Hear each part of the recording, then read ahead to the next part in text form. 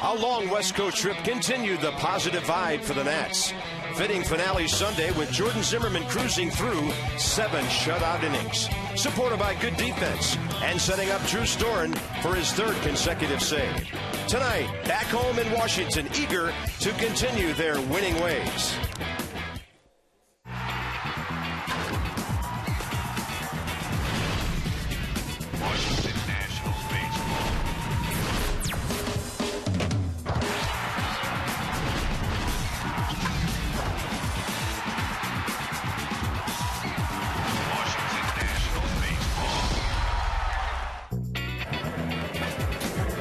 Nothing makes you feel better than coming back home and having one of your best family members with you.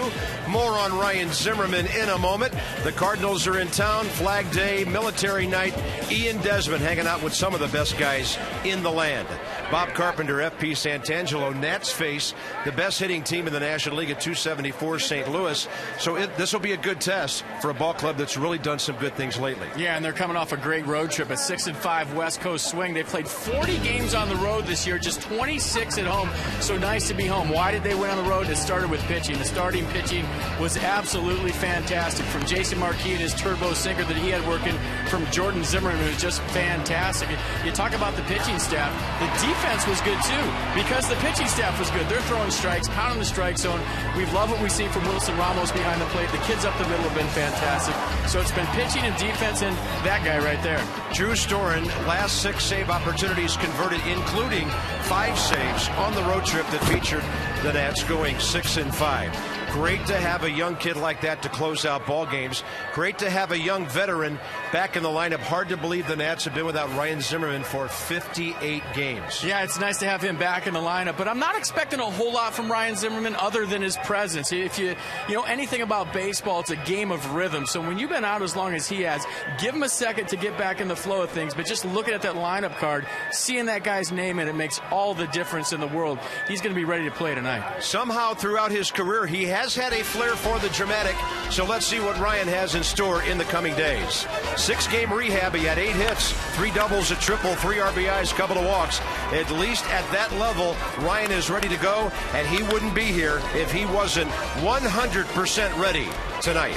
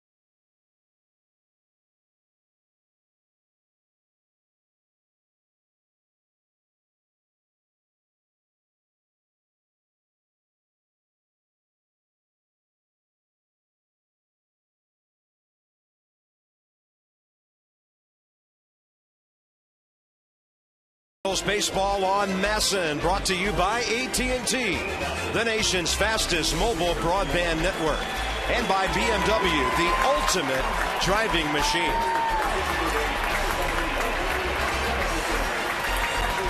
Nationals and the Cardinals. St. Louis took 2 out of 3 at Busch Stadium back in April, and now they will rematch here in the middle of June. And the Nats will face a ball club hitting .274 on the year. Visit train.com for an independent train comfort specialist dealer near you. It's hard to stop a train. It's going to be 72 at game time. Not too muggy, 55%. And the forecast is for cloudy skies.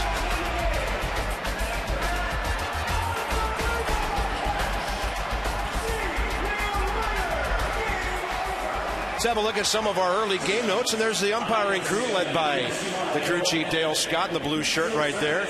Military personnel on the field, first pitch about to come, and it's always a great thing in our town when this happens. The Nats have played the second fewest games at home in the National League. They have a record of 14-12, and they've played 40 games on the road. With Zimmerman on the DL, you might say the Nats hung in there, 4 games under 500. And the Cardinals have always hit the ball well here. It's a fair ballpark, FP. Sometimes you just face a really, really good hitting ball club. Yeah, it's a good ballpark to hit it. And you talk about how the ball's carrying here today. I was here early and watching Matt Holliday put on an absolute display in BP. And the ball's carrying here today. The weather's warm and ready for some home baseball. These guys are wearing their white uniforms. It's awesome. Here comes St. Louis hitting .274, second in the league in runs to Cincinnati. These guys have scored 324 runs, and Albert Pujols has always hit well here. Seems like he hits a home run or 2 every series here. Now, the Cardinals, Albert Pujols, some think he's having an off year. 14 home runs and 40 RBIs. Not quite in the top 10 in RBIs, but he is in home runs. And YUNESKY will have a lot of work cut out for him tonight. Yeah, last time out against San Francisco, went pitch for pitch with the Giants right-hander Matt Cain through 5 scoreless innings. All in all, he allowed 1 run on 4 hits in 6 innings. Walked 1, struck out 1 with Maya. Fastball, 3 different speeds on his curveball. Slider change. He's what we call a kitchen sink guy. He'll throw any pitch in any count. 26-year veteran, crew chief Dale Scott has the plate tonight, calling the balls and strikes from Maya and from Jaime Garcia. He'll be joined on the bases by Dan Isanya, 10-year veteran, 13-year guy C.B. Buckner, and 15-year veteran umpire Jerry Meals. Defensively, the Nats. Number 3 in the league right now, FP. Those numbers just keep on staying the same, and the rating keeps going up. Yeah, the stat that jumped out me today, 33 errors, 5th fewest in Major League Baseball. You check out Jerry Hairston Jr. He'll be in left tonight. And who's the new guy at third base? Well, he's won a Gold Glove. That's who he is. Now, we're going to be interested to see some throwing from Ryan Zimmerman. Dan Radisson, at a function we had here at the ballpark last night, we were discussing Ryan Zimmerman. He's been doing some work on his throwing.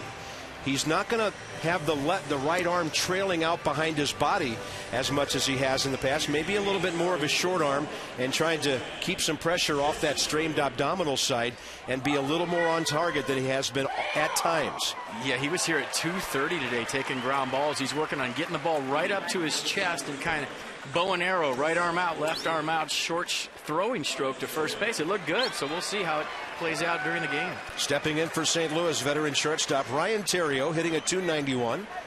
You'll take a guy with a .339 on base percentage when he's hitting over .290. Maya, first pitch of the game. It is right in there.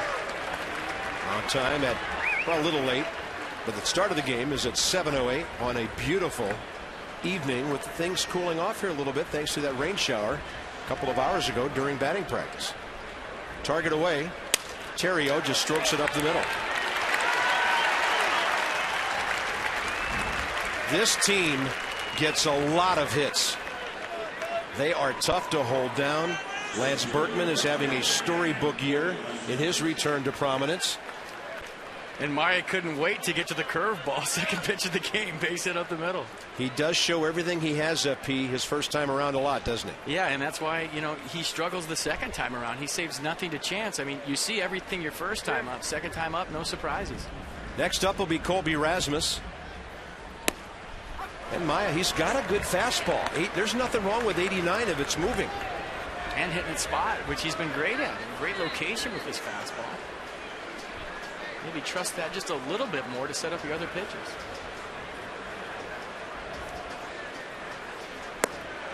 And I talked to Jordan Zimmerman about this after the game in San Diego the other day.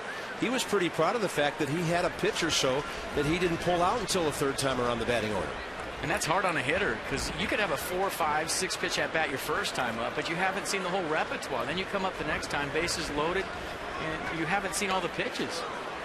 Now there's a surprise there. You're seeing something you haven't seen. I mean, for me, leading off a baseball game, if a guy showed me everything he had and I made an out, I still felt like I had a really good chance my second time up.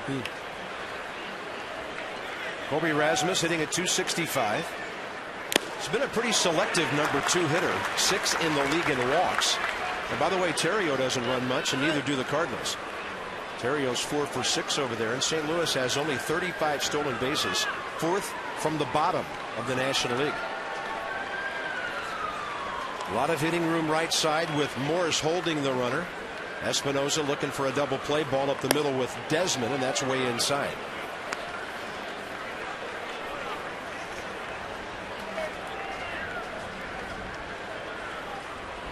It's going to be a tough play, FP. Second baseman, double play depth, but a left-handed hitter. What kind of problems does that bring up for a second baseman? Well, not a whole lot if your shortstop's covering on a steal. I mean, that's the trouble. As a middle infielder, when you're cheating up the middle, getting to the bag on a steal sometimes is the hardest part. But look at these young guys up here after the strikeout. I mean, they're always talking to each other. I mean, they're always communicating. And we talk about Desmond and Espinosa a lot. They're guys that are mature beyond their years, so the communication is key. Here's Albert Pujols.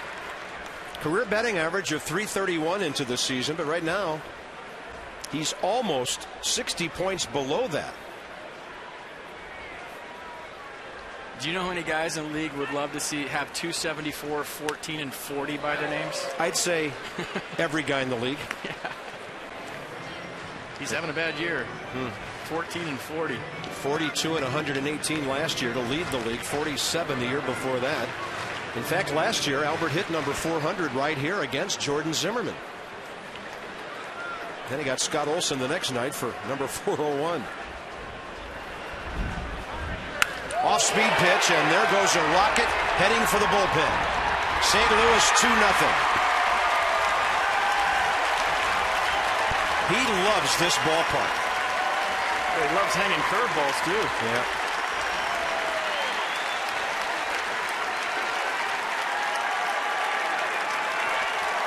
YUNESKY Maya gives up his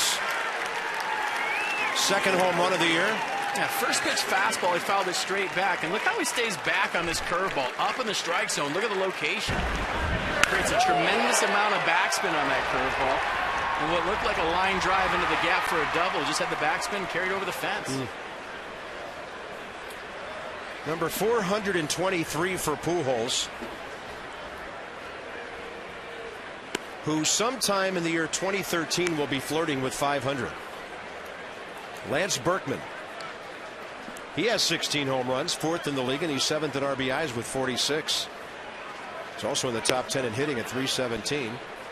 Always has been a tough out for the Nats.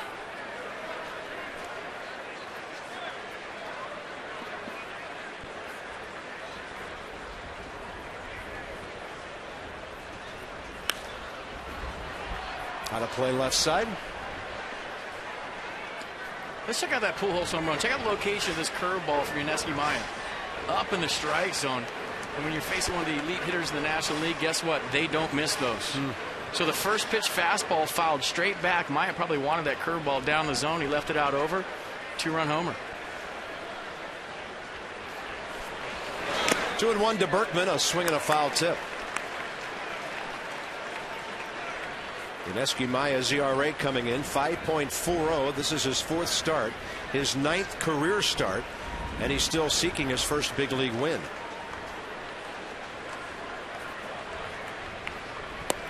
Goes after Berkman on the inside corner and just misses.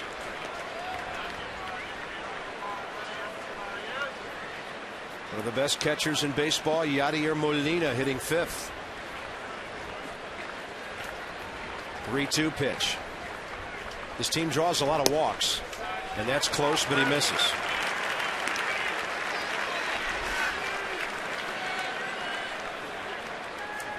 Jim Riggleman, not the start you're looking for, partner, when you're coming back off a great road trip. How much does a first inning like this take a little air out of that balloon? Well, when you're last in the league against lefties, a .213 average against, you got Jaime Garcia out there. And, you know, the Nats have been swinging the bats better, but anytime you give up a couple of runs in the first, it makes for an uphill battle. It changes maybe the way you approach the game as a hitter, the way you approach the game as a manager offensively. Do you hit and run? Do you steal? And that's the advantage of scoring early in baseball.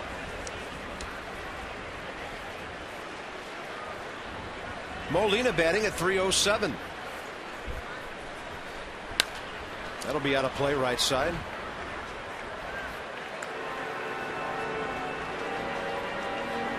This guy's a .268 career hitter, 7th year in the league. Youngest brother of Benji and Jose, and I know you saw a lot of Benji. What a family for defensive catchers. I would like to see him race.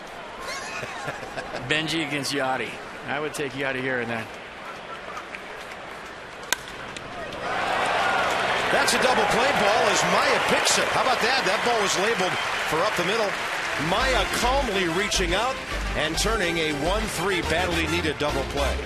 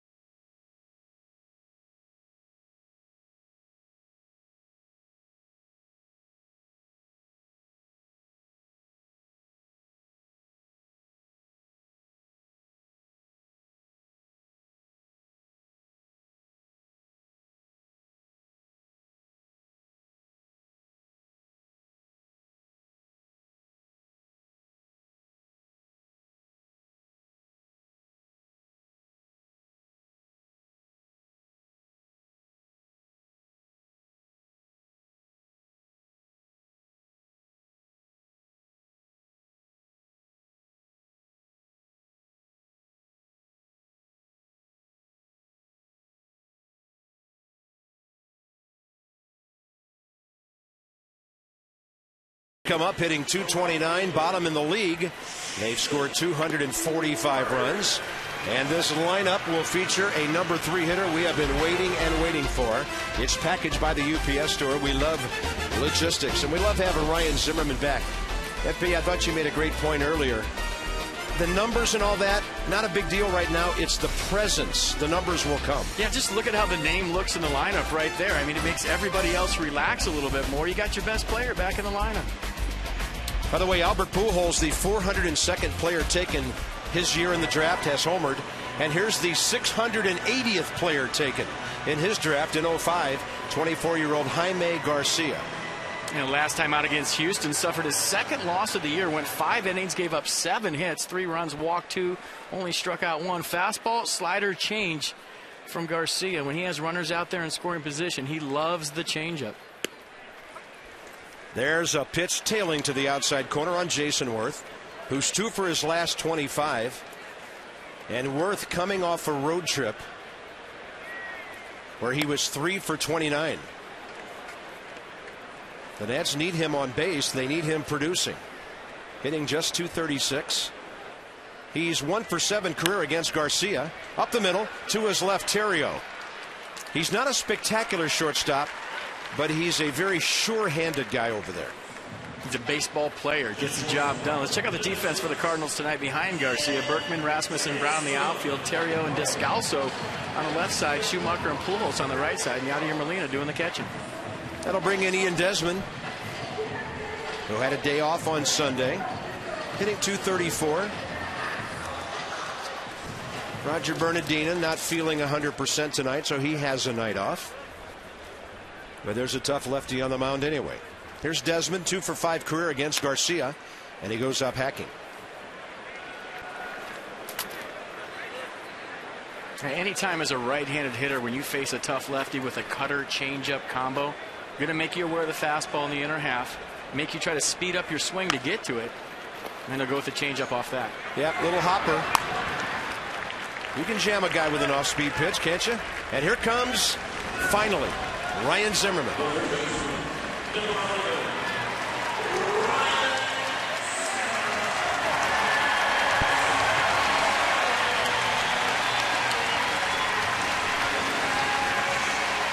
He has been missed. Yeah, I even saw a guy with a St. Louis jacket standing up applauding. Are you looking at your partner with a headset on standing up and applauding? I don't blame you.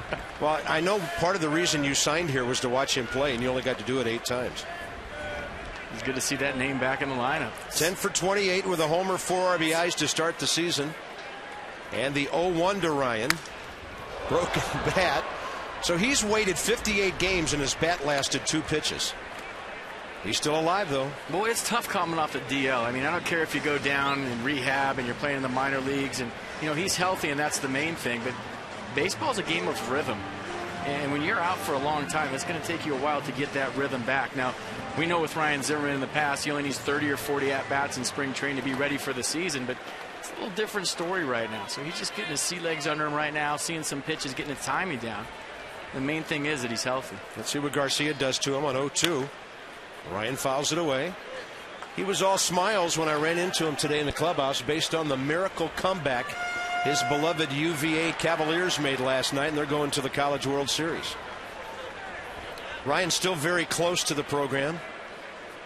Has a big function down there every year, follows them whenever he can. Garcia trying a little roundhouse curveball to get the outside corner, missing.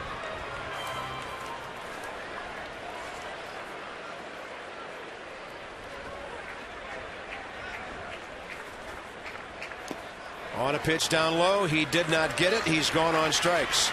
Good first inning for Jaime Garcia. They lead, the Cardinals do, 2-0.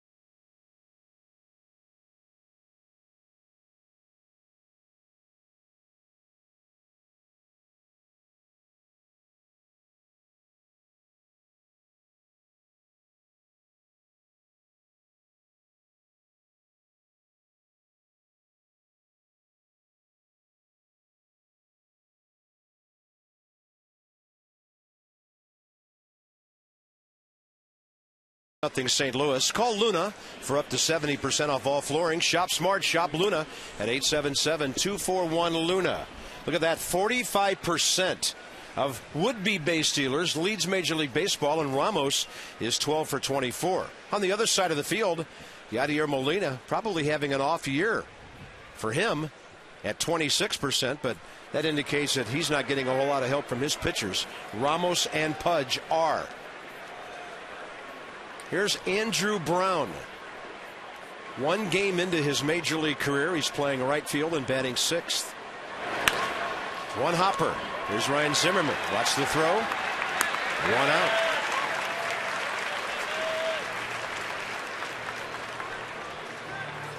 Good mechanics right there. Good throw. I think there was a lot of concern early on after the surgery. That was the part that still hurt him. And you could feel it in his abs every time he threw. So see him get the ball right there, gather around his chest, get a good, strong throwing position. It's a lot like hitting.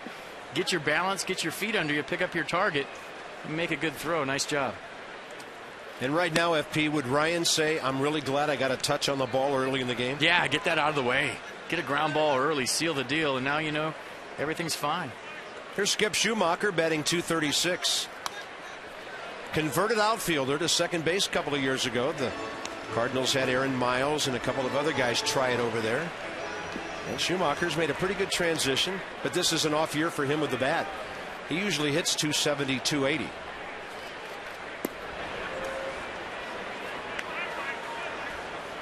.291 career batting average coming into this season. Cal Santa Barbara guy, 2-1 pitch, way inside.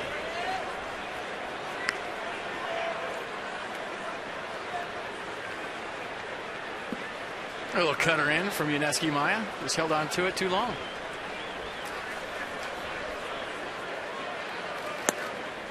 Maya right down the middle. He threw 18 pitches in the first inning, 12 of them strikes. And a big loopy breaking ball to Albert Pujols cost him 2 runs. Maya works from the third base side of the pitching rubber, and a payoff pitch with 1 out. Right side, Michael Morse gets that big body of his behind it. 2 down.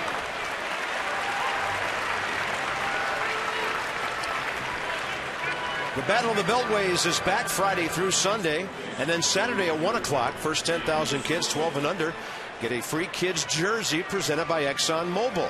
Sunday, of course, is Father's Day, and the first 30,000 fans receive a free Nationals road cap presented by ExxonMobil.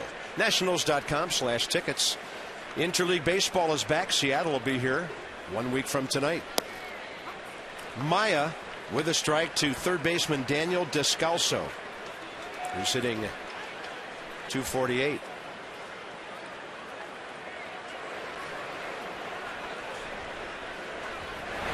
Northern California guy from Redwood City, and he went to UC Davis.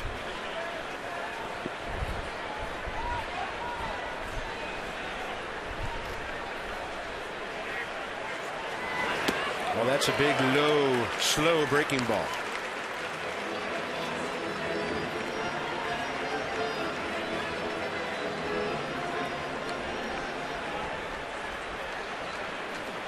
Bases empty, 2 outs here in the second.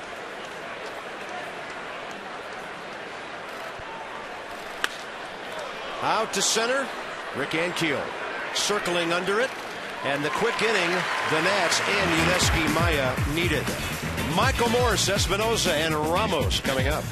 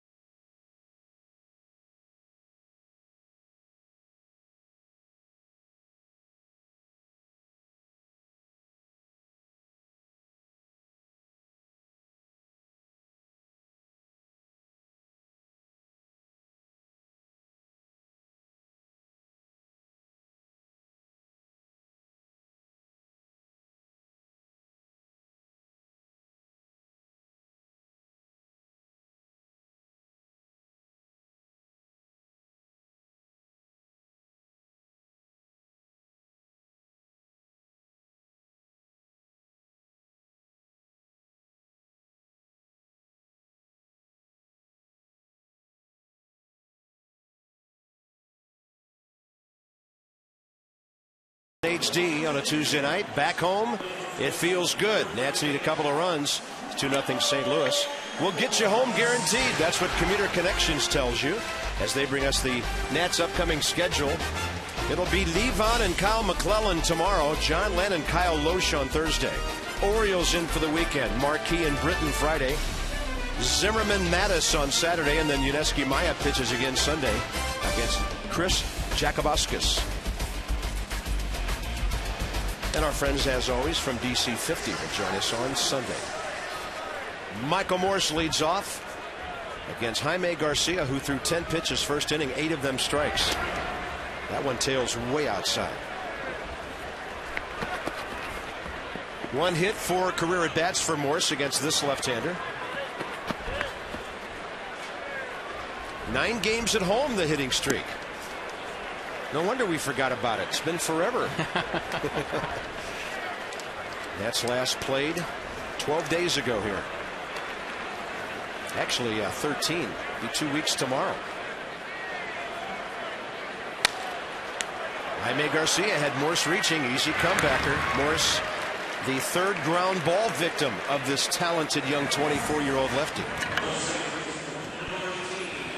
He looks like a young Johan Santana to me, the way he goes about his business out there and some of his pitches to these right-handers.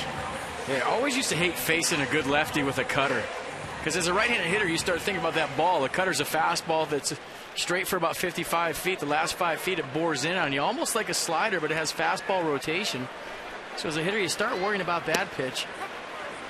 You start trying to cheat to get to it. It opens up the changeup. It opens up the two-seamer away. So the game plan is still look for the ball out over the plate. Don't worry about that ball in the inner half. That's really quite a number our crew showed you there a moment ago. 12 of his 13 starts, 3 earned runs or less. Keeping your team in the game. His earned run average is 3.20. Bouncer, that's by the pitcher, and Danny Espinosa hits it hard, base hit. I just saw a little thing that Danny Espinosa did, FP. He thought the pitcher might deflect this ball. He was full speed out of the batter's box right there, and then he eased up a little bit when he saw the ball go through. I thought you were going to say he tightened up his beard a little bit, because he did. A clean-shaven Danny Espinosa today decides to go right back up the middle. Good hitting against a tough lefty. 1 on 1 out. Nats have their first base hit, and Wilson Ramos is the hitter. Ramos hitting at .242.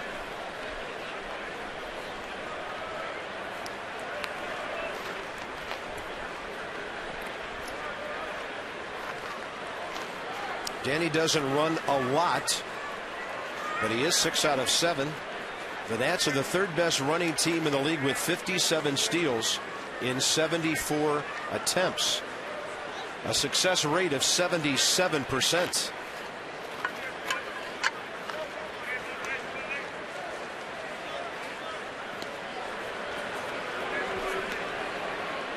Evidently, we've had a lineup change. Not really a lineup change, because Rick Ankiel was in center field, but he must be hurt. And Roger Bernadina is on deck. Not sure what happened to Ankiel. I'm sure we'll get a report. Debbie Taylor will be on that case, because Ankiel did start the game. Garcia, that off-speed pitch, getting a strike with him. There's Roger. Yeah, we didn't see Ankiel do anything on that fly ball to end last inning. I mean, he circled it, came in, routine, jogged off the field normal. Like you said, we'll tell you as soon as we know.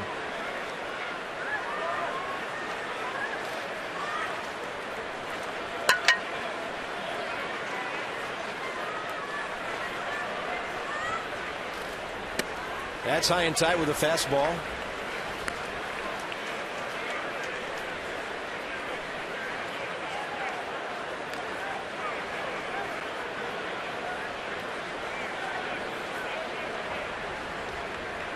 The rest of the East, by the way, facing each other tonight.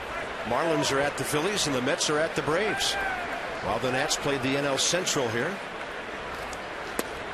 A little bit inside with that fastball, 2-1. Is that the cutter? Yeah, that's a cutter I'm talking about right there. Tries to make you aware of that, and it sets up everything else. You throw a cutter, you better get it in. If you leave it out over the plate, they go a long ways, especially to a guy like Wilson Ramos.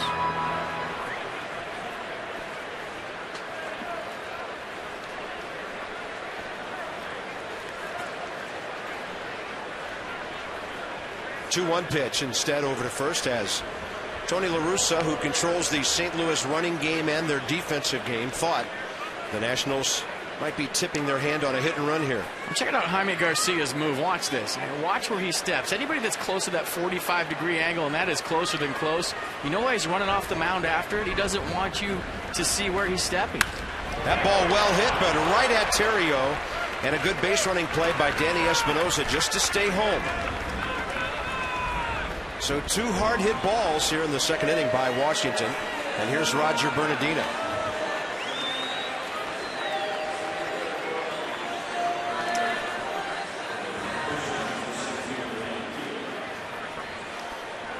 Lefty-lefty matchup now.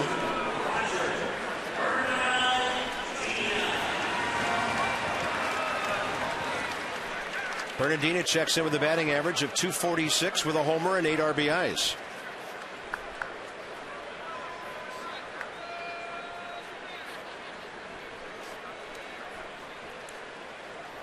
And Espinosa just kind of hopping back to the bag.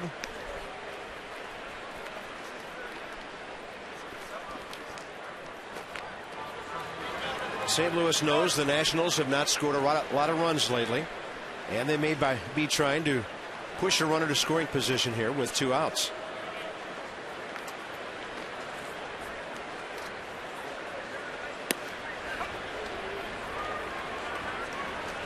So FP, what's the mindset of a guy? You're not in the lineup, and it's not like he sat around for 6 innings to pinch it. All of a sudden, about 30 minutes into the game, you're thrown in there. Yeah, after the initial heart attack. I mean, seriously, that'll get your heartbeat going. Now all of a sudden you got to regroup your emotions and then throw a ball into left center field for a single. Why not? That means one thing. Rogers stayed on that ball, didn't try to do too much with it. And the Nats have 2 on, 2 out here. Now here's where the number 8 position with the pitcher coming up doesn't serve you well. And Jim Riggleman made an interesting comment today that we'll talk about after the replay. A nice job of letting that pitch get deep, going the other way. And like I talked about, when the skipper tells you you're in the game that early, all of a sudden you panic. Like, I'm not ready to play.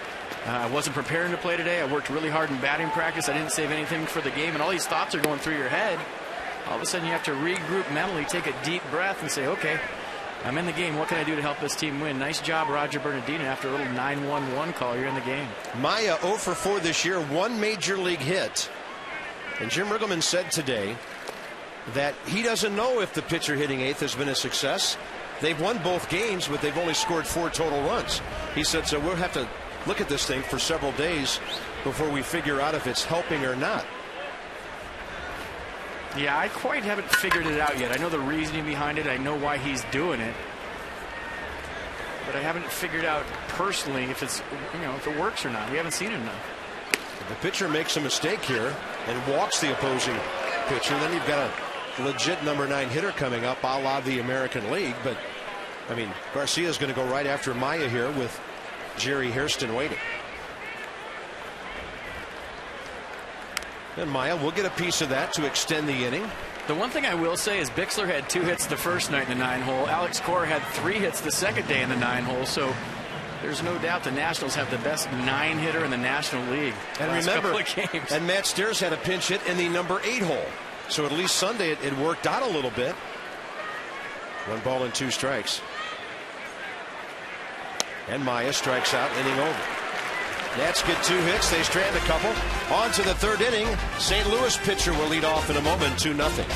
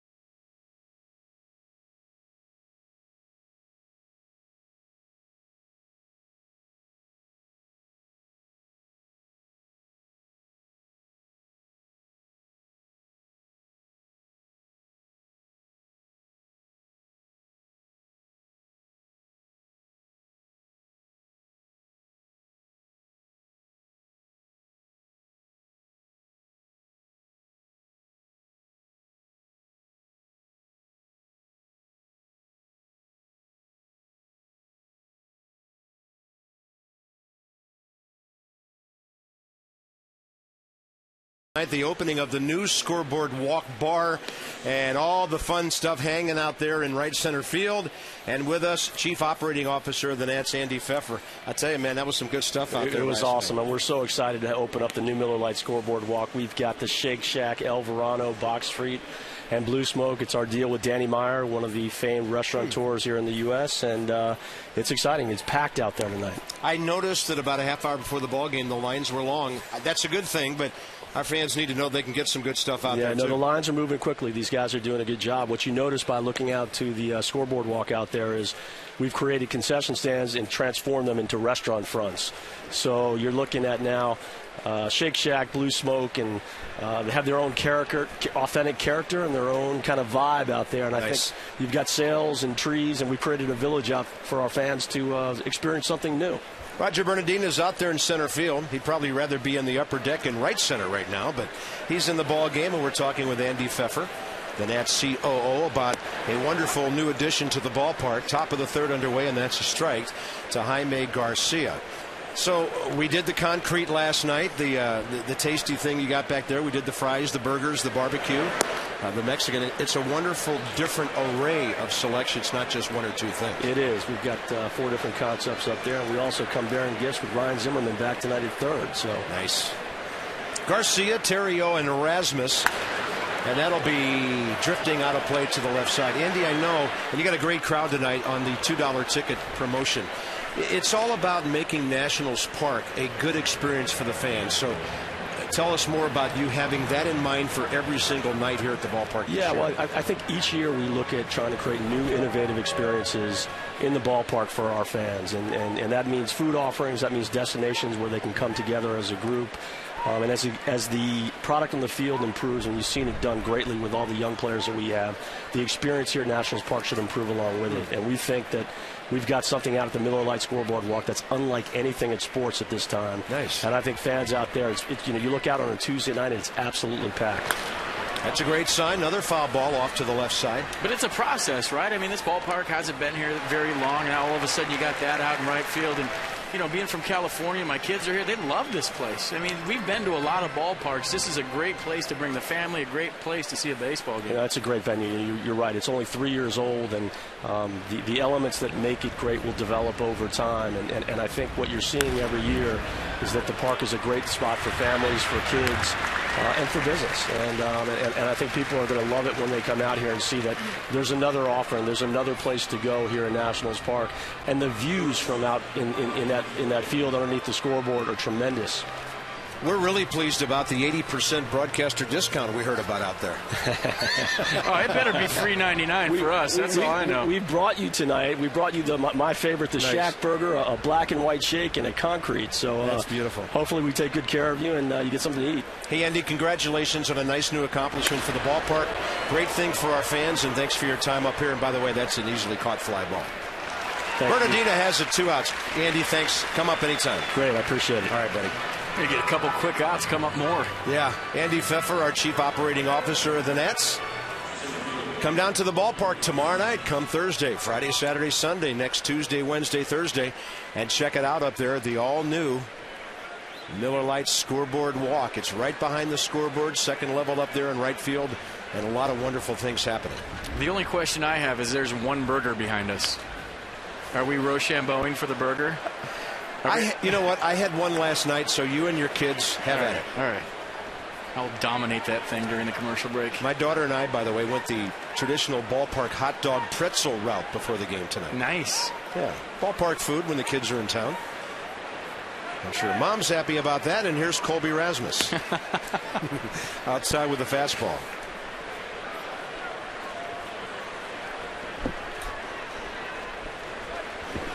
Maya now with a chance to retire, his 7th consecutive hitter. Got that double play back to the mound to end that first inning. A line drive off the bat of Yadier Molina, and he's been okay ever since. Nice crowd. Probably, say 25, maybe 26 or 7 here tonight by the time they all get off the Metro and make it in. Off-speed pitch, low and away, 2-2.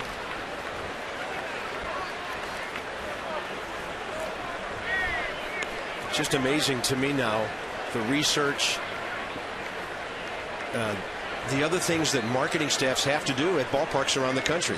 They visit other ballparks, see what works on the West Coast and the Midwest, up and down the East Coast. And you've got to be really smart about how you integrate things into your own park. That's a big base hit because it gets Albert Pujols to the plate for St. Louis here in the third inning. Let's check out the Pujols home run in the first inning. Maya went with a first pitch fastball. He fouled it straight back. It brought him a nice curveball over the plate. And guys like that don't miss hanging curveballs. That ball was up in his eyes. He got on top of it. Created a lot of backspin. 2-0 Cardinals. So where do you go now? I'd say 4 of them out of the zone and take your chances with Lance Berkman. Although Maya walked him first time. You know, but Pujols is tough to pitch to, FP. He's right on top of the plate. And he really gets down into what you would call an athletic hitting position. So where do you put the ball to this guy? You would think inside. Yeah, you'd think inside that you could get in there every once in a while, but he's so good at getting his hands inside the ball. I've seen him take fastballs off the plate in and hit them up the middle. So maybe a try away, but you see Wilson Ramos going out to the mound. That was the same pitch that Albert Pujols hit out of the ballpark his first at bat. I was wondering if Ramos just said, we are very lucky not to be down 4-0 here. Don't throw that again. And he didn't want to throw it there, and he didn't want to throw the curveball up first time. Maybe you get a little over antsy against a guy that's such a good hitter. You try to overthrow the curveball, you leave it up. That's a strike to everybody else in the league. Yeah, that's when the catcher might say, where was that one? And the umpire says, Mr. Pujols will let you know when it's over the plate. Invoking the great names of Ted Williams and others we've heard that story about. 1 ball and 1 strike, and I like the fastball inside. Albert doesn't like the call as he walks away from Dale Scott for a moment. And Maya may want to think about going in there hard again. Let's have a look at the kinetic pitch track. A 2-seam fastball down and in. A ball there, but I thought it was a good pitch. Kinetic North America, world-class technology to our national and homeland security customers. Kind of shows you how well Pujols knows the strike zone. He didn't like the call. It was maybe 1 baseball off the edge of the box. 1 ball and 2 strikes with 2 outs. He hits this one out to short. Desmond with a backhand over to Espinosa. The good defense continues, and the Cardinals are gone in the top of the third inning. Hairston, Worth, and Desmond coming up. These guys up the middle have been smooth lately.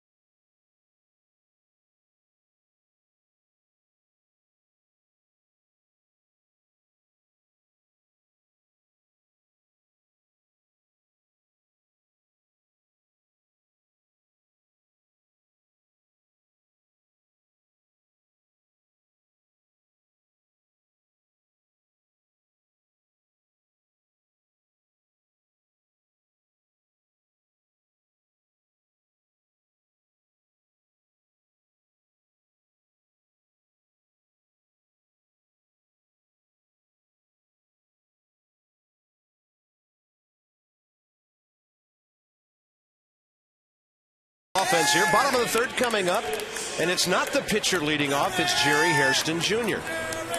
Then Worth and Desmond to follow. We've got AT&T trivia fact for you. 2 runs in each of their last 4 wins. The Nets. It's like a 2-0 or a 2-1 thing just about every day. And of course, those come against some of the lowest scoring, best pitching teams in the league, the Giants and the Padres. So here's Hairston, who's hit .276 over the last month or so. Jerry batting 9th tonight, and a fastball from Garcia is in the zone at the knees.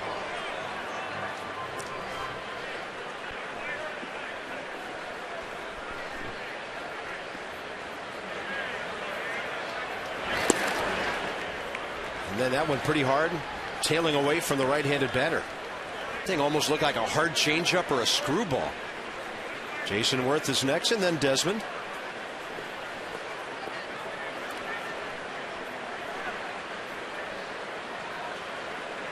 .27 pitches, great efficiency, 20 strikes for Garcia in his first 2 innings. That ball well hit and about 6 feet foul. FP, how tough is it to find a 24-year-old pitcher with such a command of the strike zone? 72 strikeouts, 20 walks. Oh, it's easy. They grow on trees. Just go out on the street, find somebody, put a ball in his left hand. No, it's hard, especially to have the poise and the maturity that he has to pound the strike zone like that. Ooh, and there's Hairston calling time really late again. That pitch was almost made, and that's a 2-strike deal right there. You know, I think a lot of times he's looking down at the ground, and he looks up, and all of a sudden the pitcher's in his motion. You know, maybe we can watch how he gets in the box, because we've seen him do that a number of times this year. Well, all of a sudden he looks up, the pitcher's winding up. You know, one of those times against the Cardinals. You look at your toe hold, you know where you want to get your back foot, and then you look up. You see right here, he's looking down, and he's done that to where he rotates his head toward the pitcher, and he's already on his way. 1-2 to Jerry, who strikes out on a hard-breaking ball, maybe the cutter. And that'll be 2 out, or rather 1 out on his 3rd strikeout already. So this kid has 75 strikeouts now and 20 walks. I don't know if the Nats will get any walks for Care First Blue Cross Blue Shield tonight to donate those $50 to the Washington, D.C. Boys and Girls Club. Right now, 203 of them and a total of $10,150. Take that first step toward a healthier and more active lifestyle. Go for a walk. And of course, we're sitting in one of the great walking towns of America right here. Top of the order, here's Worth. You're telling me my kids are in from California. We walked around yesterday all day long and put one of those pedometers on. We walked 12 miles. Wow. Seeing all the monuments. You better send them out to the Shake Shack. Fatten them up a little bit. Well, you know, I just said we're going to Rochambeau over that cheeseburger. Guess what? There's about 5 behind us all of a sudden. Wow. We got tons of grub. 2-1 pitch, and well hit by Worth. Deep short, great play, Terrio. Can't do anything with it. Base hit for Jason.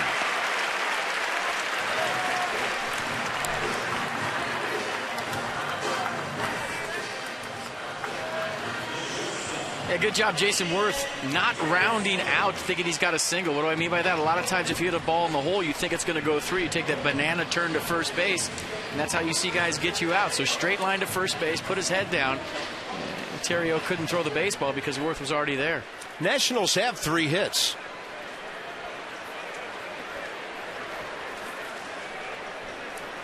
This one with 1 out, Desmond the hitter. And he takes one low and inside.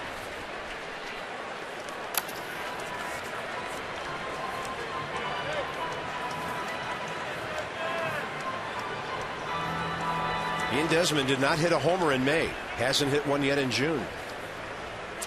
Not that he's a home run hitter, but he'll run into some and hit some deep gappers when he's hot.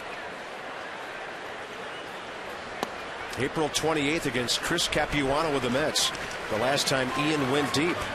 And he's a guy who's very capable of hitting 15 to 18 home runs a year. Good action count right here. You had a guy that can handle the bat. Jason Worth, the scrappy leadoff hitter on first base. I wouldn't be surprised to see Riggleman go hit and run. It's a good thing for Desmond, too, FP. It keeps him on the ball and thinking the other way. How about out toward the middle? He really hits that ball hard. And back to get it, Colby Rasmus for the second out. Rick Ankiel out of the game. Roger Bernadina in. Debbie Taylor, what's happening? Well, apparently Rick Ankiel left the game because he felt something in his oblique area, so he is in the clubhouse right now being checked out, Bob. Well, that oblique, that abdominal side, always a pain these days to major league players.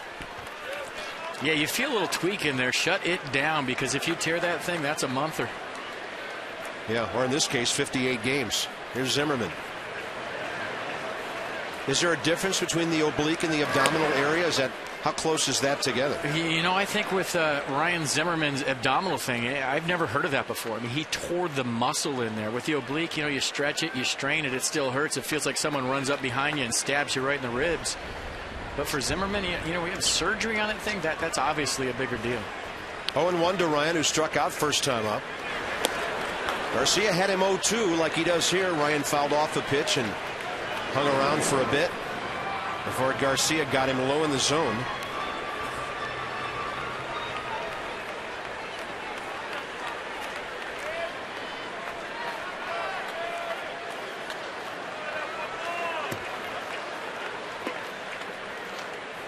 Oh, 2 again. Short lead by Worth. Inside. I mean, I'm watching Jason Worth and Dan Radisson talk after every pitch. He doesn't have a read on Jaime Garcia yet.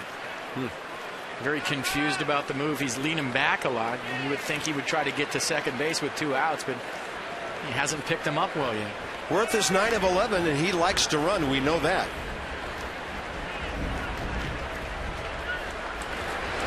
Zimmerman fouls one. Oh, man, he got himself on the foot. Foot, ankle, we'll check it out.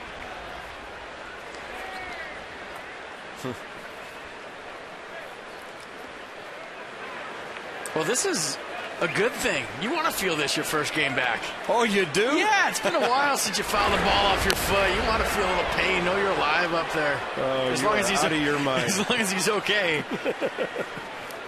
It's been a while since he's played a baseball game. And do you know how many people just fell out of their seats in this ballpark? As long as everything's fine. Yeah. Okay, that first slide, getting that first strawberry on your knee, getting back in baseball when you've been out for a while. You know, obviously you don't want to get hurt, but you know you're back in the game. 1-2 count.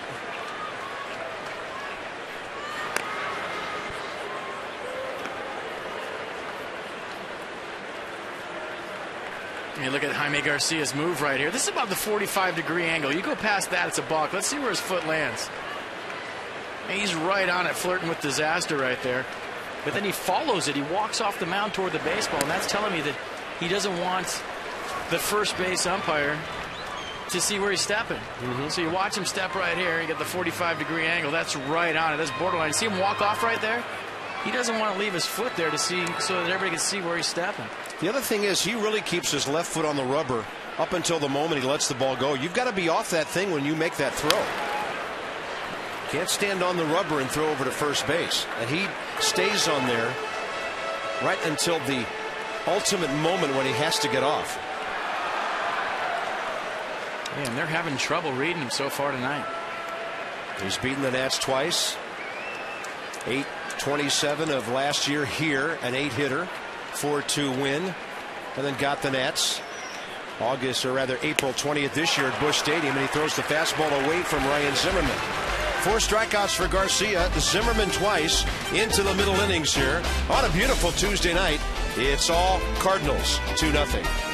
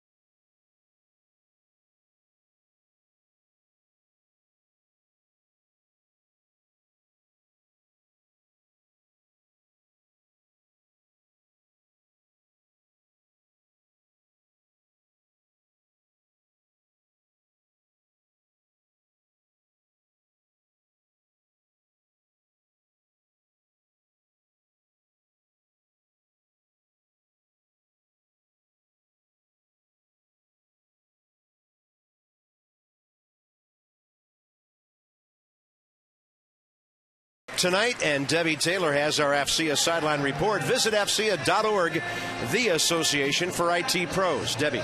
Well, before the game, Ryan said he was very anxious to get back into the lineup. Now at third base, he told me that he has tweaked his mechanics a bit to get into a better throwing position. You know, I was a little banged up doing some things that I didn't really do before, and I don't know if it was from compensating for, you know, whatever was hurt or things like that. So now that I'm healthy and I can use my core and my legs, and it just makes sense to be more efficient.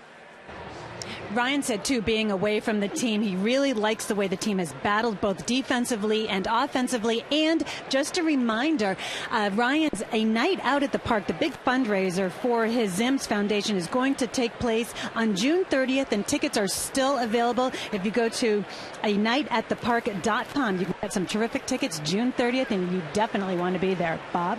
All right, Debbie, thank you. Nats will be just back from a trip to Chicago and Anaheim with an off day on that Thursday.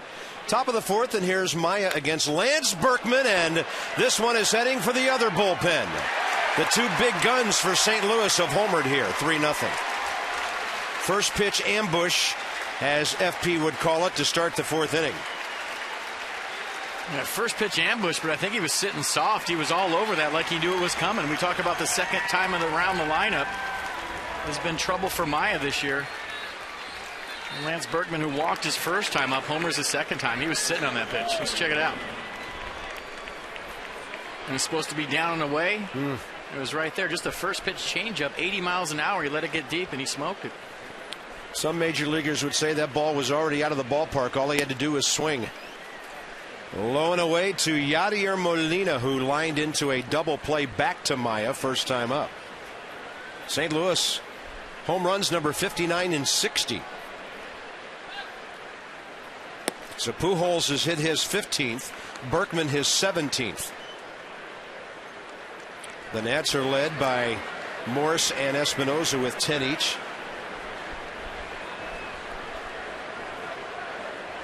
What a year he's having. See the comeback player of the year? That ball's up the middle, got in on the hands of Molina, and Desmond gets behind it.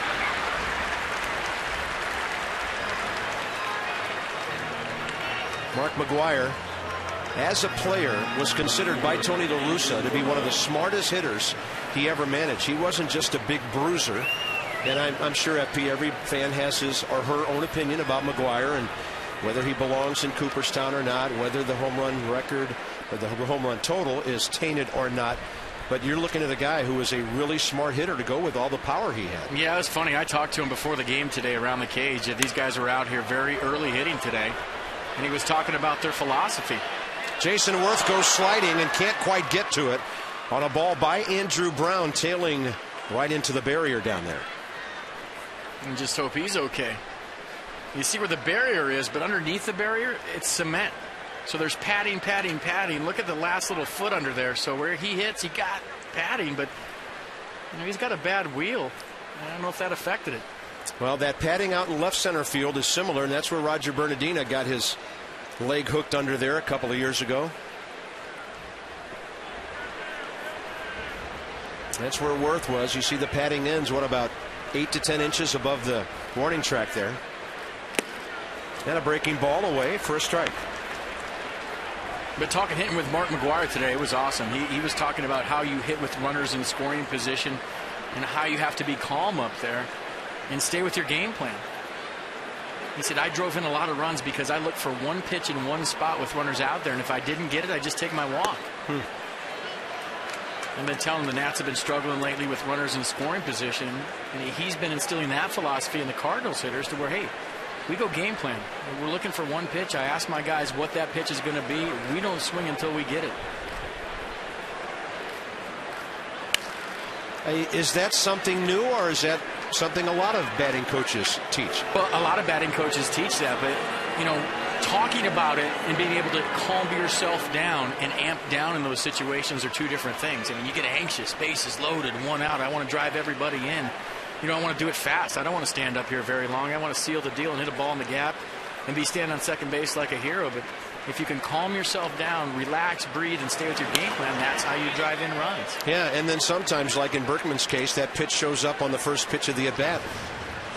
I mean, off a guy like YUNESKY Maya, yeah, every once in a while you gamble. You get off the fastball and sit on something soft. And you saw Berkman right there. That was an 80-mile-an-hour pitch. He had to be sitting soft. 1 ball and 2 strikes to Andrew Brown, who I'm not sure he's taken a pitch yet. Maybe he won. He swung the first pitch first time up. He gets this one down the left field line, hooking, and that is just foul. This guy's a hacker. 26-year-old rookie. They just called him up. He was hitting .351 at Memphis, and they've had some injury problems. They are scheduled to get Matt Holliday back while they're here on Thursday. Yeah, just got around this pitch. You look at the location. It was supposed to be away. It was down and in. Just a little hook spin to it. Got a foul. I mean, you get back to, he's a young guy, Bob, and he's swinging a lot. It's because he's nervous. When you're nervous, you swing. That's what you do as a hitter. So when you see guys swinging a lot with runners in scoring position, you see young guys like Brown up there. I mean, you just want to swing. You're nervous, you're excited, you're amped up. You get in that batter's box, you want to seal the deal early. You see that a lot in the postseason. Guys that haven't been to the postseason before, their first couple of at-bats, they go up there hacking because they're nervous. Nervous bats or swinging bats. 1 ball and 2 strikes. And Maya will get him with an off-speed pitch. That was a pretty good one. Had the hitter off balance. Easy fly ball, Jason Worth. 2 outs. With Skip Schumacher coming up. By the way, St. Louis has dominated this series since the beginning of '08, including 2 out of 3 this year. The Cardinals have beaten the Nationals 16 out of 22.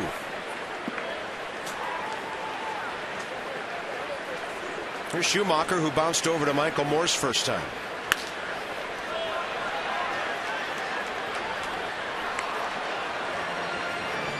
By the way, the Marlins and the Phillies delayed by rain in Philadelphia. They haven't started yet. And the Mets at the Braves, bottom of the 3rd down in Georgia. New York leads 3-1. Schumacher with a line drive to left. Hairston picks it up on a hop. And St. Louis has a base runner with 2 outs with Daniel Descalso coming up.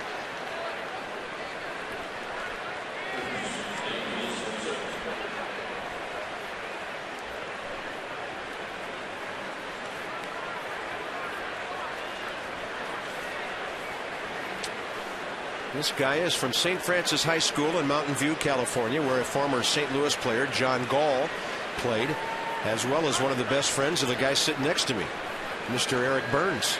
Yeah, everybody out of that high school is highly overrated, in my opinion. He's at MLB tonight working over there, probably watching right now, so I had to give him a little shout out, my boy Burns. That is one character. Thanks to you, we got to spend some time with him in San Francisco. I guarantee you it was exciting. I'm a big fan of this guy right here, Descalso. He plays the game the right way. He plays hardball. He plays with his hair on fire every single night. That's why Tony La Russa loves him. Plays the game the right way. Yeah, he likes guys like that.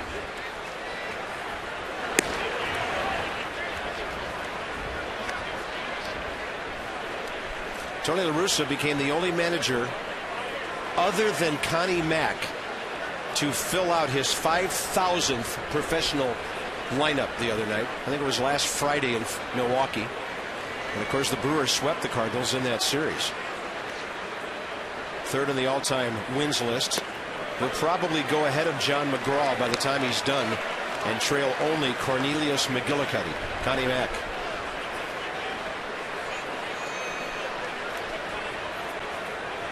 It's a lot of ball games right there. Those are just his St. Louis numbers. He won 522 games with the White Sox and 798 with Oakland.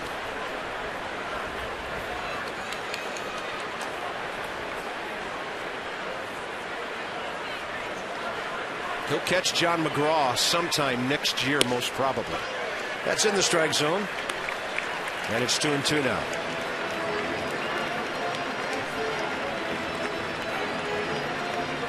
They've been in postseason, by the way, 8 of his previous 15 years in St. Louis, with 8 division titles and 2 World Series.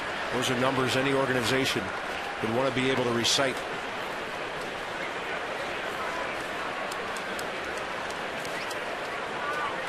Skip Schumacher is a former leadoff guy who knows how to steal bases. That's why the Nats are keeping an eye on him here with 2 outs. He's 0 for 1 on the season, but he flinched right there. A little jab step back. He looked like he was going. Off speed, and Ramos keeps it close.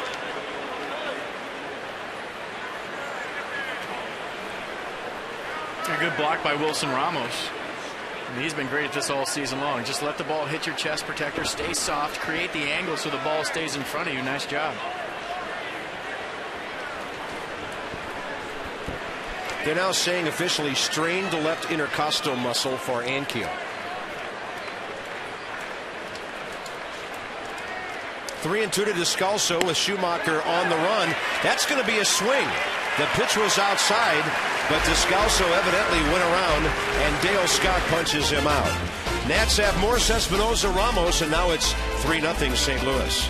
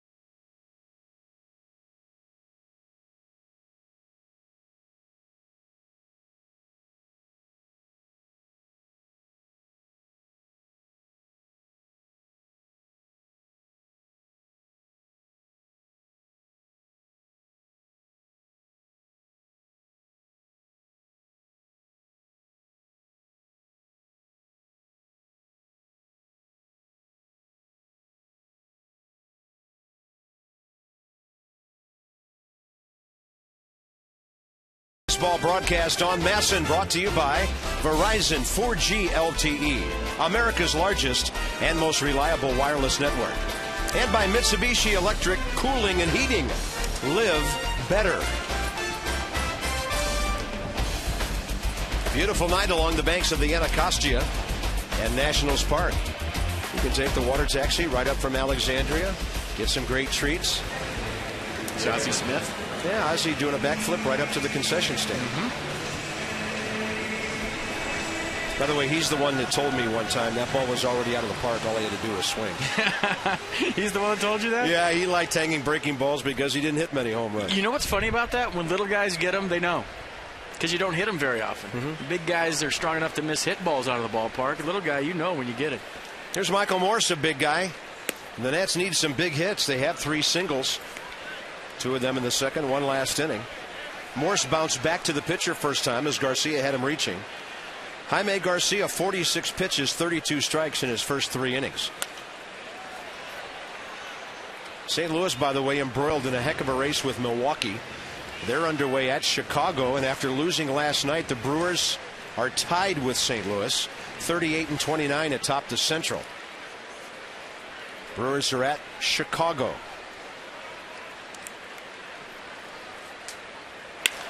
Morse pulls it. Fair ball, left field corner. Lance Berkman over to get it. Michael Morse will dig into second base. Ball sticks in the corner. And it's a leadoff double for the Nats. Michael Morse starting to pile up the extra base hits. That'll be his 10th double to go with 10 home runs. Yeah, 10th double to set up the stage for Danny Espinosa, who's been swinging a hot bat right-handed. You look at Michael Morse right here. Just coming around that baseball, getting the barrel on it. There's not a whole lot Descalso could do at third base. And look at the swing. Volkswagen brings you the Exmo, your DC area Volkswagen dealers. Visit VWDealer.com. Here's Espinosa with a hard bouncing ball up the middle for a base hit, first time. St. Louis has a really good arm in center. Lance Berkman does not have a good arm in left. And we shall have to wait for Andrew Brown to see him fling one or two to see what he's doing. Right now, Rasmus is talking to him, but Colby Rasmus is easily their best defensive outfielder.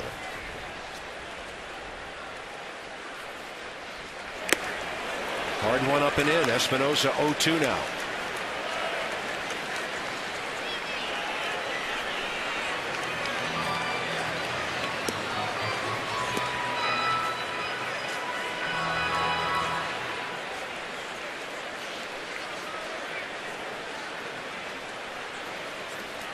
Contact needed badly, an advancement of that runner at least. All right, let's see if he's setting up low and away soft with that high tight fastball. Yeah, there's two schools of thought here. When you get the 2 strikes, runner on second, nobody out, and take care of yourself or still fight to move them over. You got a guy like Danny Espinosa, you're getting a bunch of cutters on the inner half. I would say take care of yourself right here. You got 2 strikes, pull the baseball. That is what he tried to do, but it's under his bat. 5 strikeouts for Garcia. I've noticed tonight his last 3 strikeouts have come right after base hits. Yeah, bearing down with runners in scoring position. You see Danny Espinosa swinging over that cutter with 2 strikes. You know, early in the count, try to move the guy. When you get to 2 strikes, just put the ball in play in any way you can. That was a good pitch from Garcia. His cutter seems to go down a little bit. Is that because he pretty much delivers from up over the top? Well, yeah, and that could have been a slider too. A lot of times up here and on TV, it's hard to tell the difference between a cutter and a slider. The slider will go down a little bit, and that right there was the cutter, 90 miles an hour. You see it looks like a fastball and just cuts in at the last second. So if we see 86 or so, then we know it's the slider. Well, if you see the tilt to it too. I mean, cutter will stay on the same plane, and the slider will have tilt to where it goes down and in. 1 ball, no strikes. Ramos lined out hard to short first time. He was all over that one. 1 ball, 1 strike.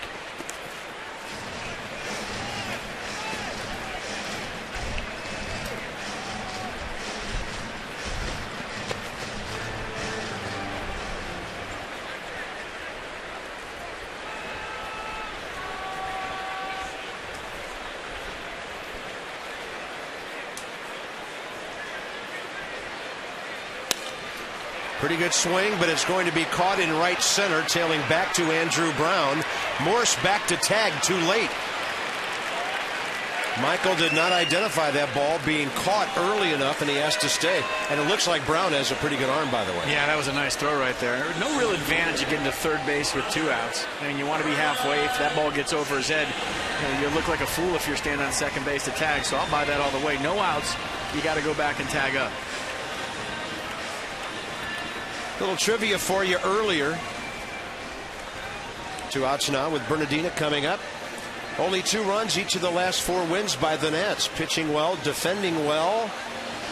Wow, how about that? All year last year, only 5 wins in a situation like that out of the 69 games the Nats won. Well, that last road trip, Nats pitchers held the opponents to a 141 average with runners in scoring position, 11 for 78. So when you're getting pitching like that in big situations, you can score 2 runs and win a baseball game.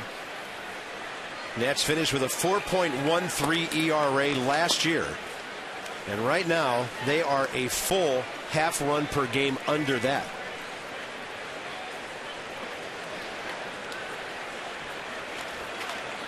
You look at those teams, though. That Astros team in '81, great pitching. Dodgers in 2000, great pitching.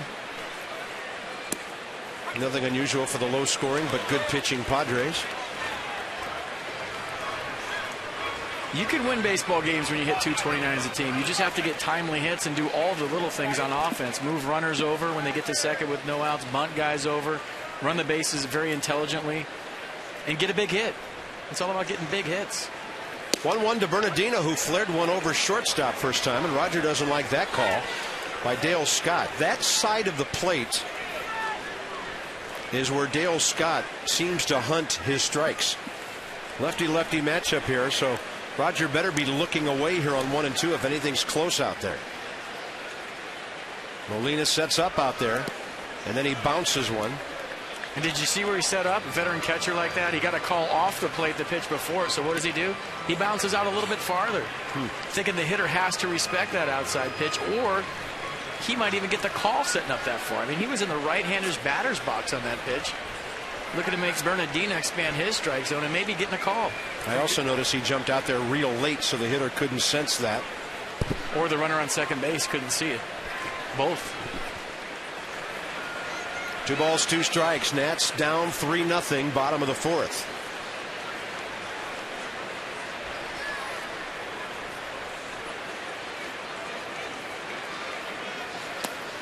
Good take on a 1-2 count. Garcia off to a good start in his career. He's 20-11. Pitcher next. He's made 54 appearances. This is his 46th start. You start your career off with a winning record and a 3 ERA 2 years into your career. You're doing some really good things as a young pitcher. Originally drafted by Baltimore, didn't sign. 3-2. Bernadina fouls one away.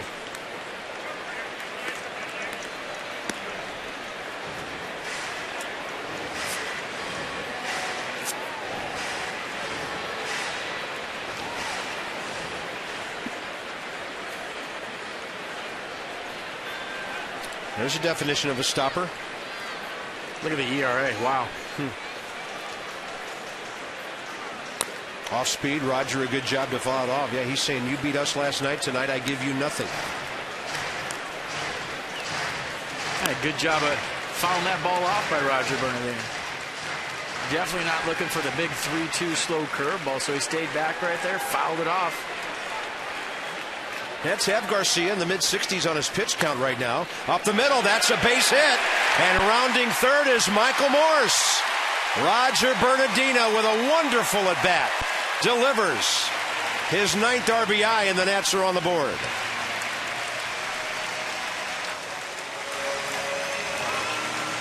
And there was a couple of 2-strike foul balls in that sequence. You hear us all the time. We get very excited up here when guys foul off pitches with 2 strikes, buy themselves another chance.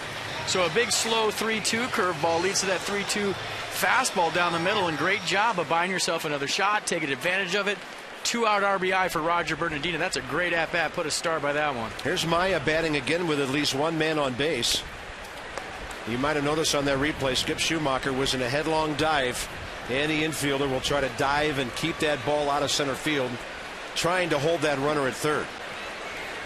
So a leadoff hit and a 2-out hit for the Nats here in the 4th. Maya struck out first time. Garcia misses low. If nothing else, that base hit and now the pitcher up there will get Garcia real close to the 70 pitch mark by the time he throws 4 innings.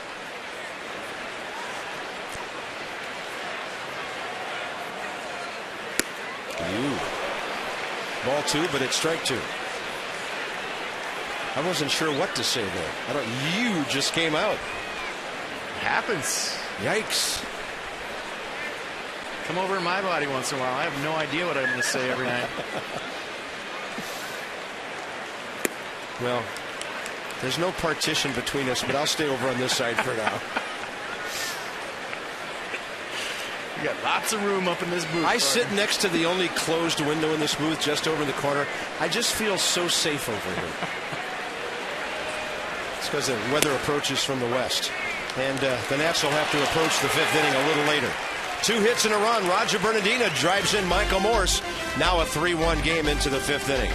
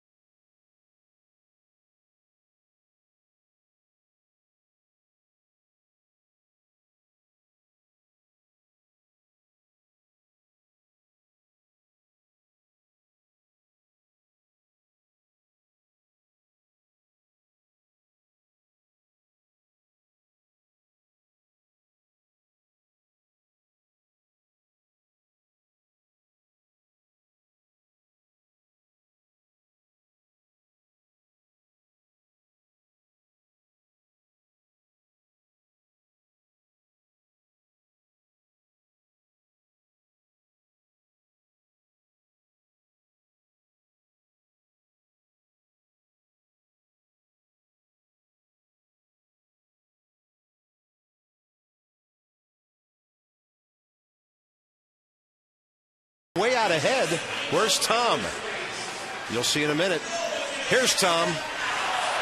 He takes out the honest one, scampers to the finish line, and FP, for some reason, Tom Jefferson not disqualified. If Teddy do that, they would DQ him. That was a cheap shot. That was unbelievable. I'm going to go down there and get a piece of that guy. They are embarrassed in Charlottesville, Virginia right now, I can tell you that. We air tonight's game on Masson to celebrate the U.S. Army's birthday. The U.S. Army, the largest and oldest established branch of the U.S. military. We'd like to thank all past and current members of the United States Army for their work and dedication in protecting our country. Congratulations, ladies and gentlemen. We are proud of you, and thank you for your service to our country. This one into the top of the fifth now. YUNESKY Maya. This might be a little surprising. He's thrown first pitch strikes to 13 of his 17 hitters tonight. Unfortunately, one of them left the ballpark by Lance Berkman. I mean, you could make the argument that he's throwing too many strikes in the strike zone. A lot of times guys are wild inside the strike zone. They like to shave corners of the plate, massage the strike zone. If you're a YUNESKY Maya type and you start throwing balls over the heart of the plate, as a hitter, that's an easy at-bat. You just come up hacking. Jaime Garcia leads off here like he did in the third, and he grounded out to Desmond.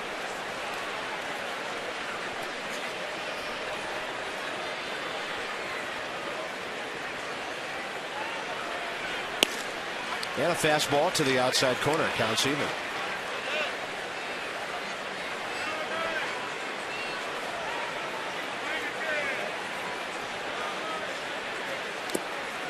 Locks him up with a good breaking ball. Nicely done.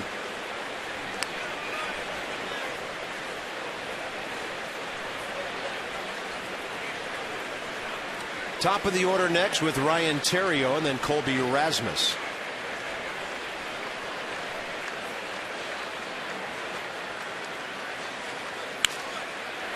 Talked about the great race right now between St. Louis and Milwaukee, NL Central, AL Central.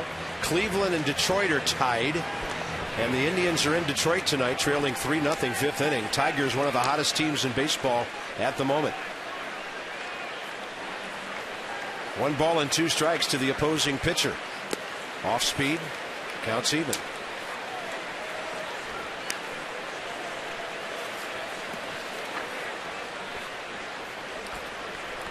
Pitchers almost matching each other pitch for pitch here. Difference is Maya's given up 2 home run balls, PUJOLS and BERKMAN. That's going to be a fair hit, but it tails well foul as Maya tried to go to the outside corner.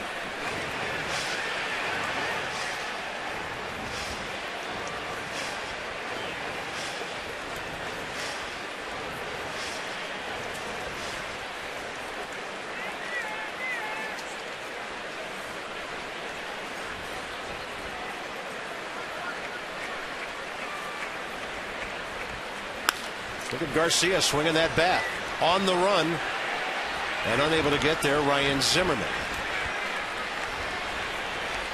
For a guy that's hitting 074, he's making Maya work very hard this at bat.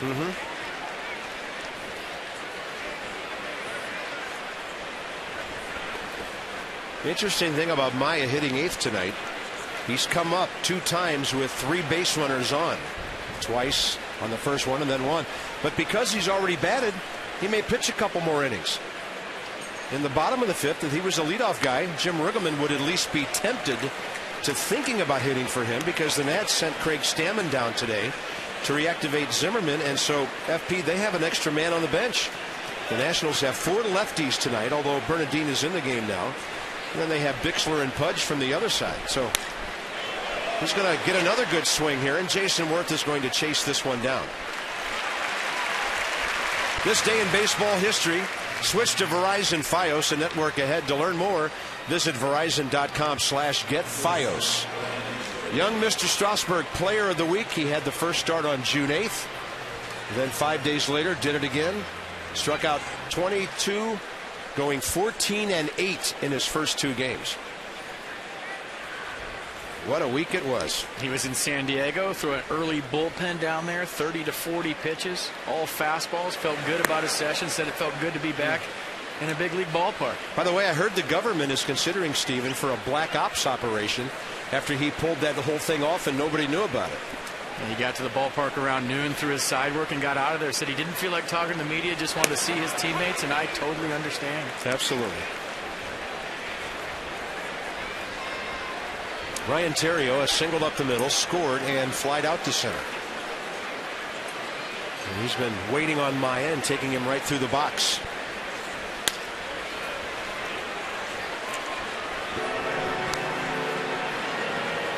Great crowd. We might be well above 25,000 tonight. $2 ticket night. A lot of folks. We can see the scoreboard walk out there. A lot of lines are still pretty long out there. Yeah, he said 25,000. I'm taking the over on that. Yeah, me too. I'll go around 28.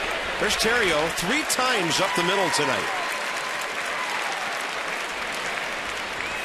Yeah, doing a nice job of staying back on the curveball. Second pitch of the game, he did the same thing. Curveball over the plate, stayed through it, line drive up the middle. Flew out to center field the second time, and you see the same thing as first time right there. Staying back on the curveball, staying through it. And fooled on the pitcher. Watch his hands. They stay back. Last second, just throw him out there. That's a nice piece of hitting. Here's the other thing. Unless the Nats turn a double play, you know who bats again here in the 5th inning. That's what makes this offense so tough. They've got some base hit guys in front of Albert Pujols. That ball well hit by Colby Rasmus, and it is going to one hop, and the Nats get a huge break. It hit the angled part of the wall just to the right of the bullpen, and it veered over the fence into the pen, or else Theriot scores easily. Now they have the choice of possibly walking Pujols, but then you're facing Lance Berkman. This is a 2-seam fastball in the outer half. Nice piece of hitting right here by Rasmus. Lets it get deep, crushes it the other way, and that ball's tailing away from Bernadina. And watching Roger Bernadina run right there, he missed a few games with a tight hamstring. He did not go after that ball very aggressively. So Bernadina, a couple hits offensively, but he's taking one for the team tonight. I don't know how well his hamstring is feeling out there in center field. Nationals are walking Albert Pujols here.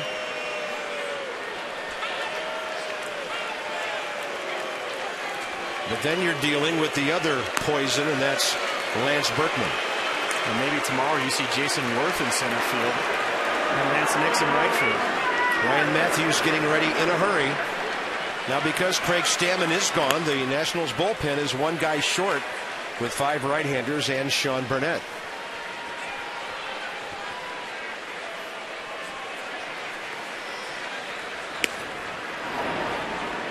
Matthews throws a lot harder, obviously, than Maya does. FP, can a guy get ready over the space of one intentional walk to come into a ball game? A pitcher, that is? Some guys can. I don't know a lot about Ryan Matthews to determine whether he can get hot or not. But, you know, a lot of times you can stall as a team and go out and take trips to the mound, have the catcher go talk, and have the umpire come out and get you. So there's ways to get him ready if you wanted to face Lance Berkman. National League ranks. Lance Berkman all over the sheet. Action-packed table games, red-hot slots, Hollywood Casino, Charlestown races, West Virginia. Homers, slugging, on base, RBIs, average. And tonight, he's walked and homered, adding to that .431 on base percentage. So here's Steve McCatty, if indeed the Nats are stalling. But unless McCatty makes the pitching change, Maya's going to have to throw something to Lance Berkman. And here comes Dale Scott to hurry things along. Jim Lett out in the bullpen will take his ball cap off and raise it above his head to let the dugout know the reliever's ready. Well, I think Maya's hitting the wall, so. You know, this thing about him, FP, seems like right now, and he did get 6 innings in San Francisco, but this would be 3rd out of the 4 starts where he run into serious problems in the 5th inning. And generally speaking, when you have a guy that has the stuff that Maya has and he has trouble the 2nd and 3rd time around, you make him a reliever because now he only has to face a couple of guys a night. He's got good enough stuff he's shown the first time around to get guys out. But the problem for Maya lately has been the 2nd and 3rd time around the order. Ball 1 to Berkman.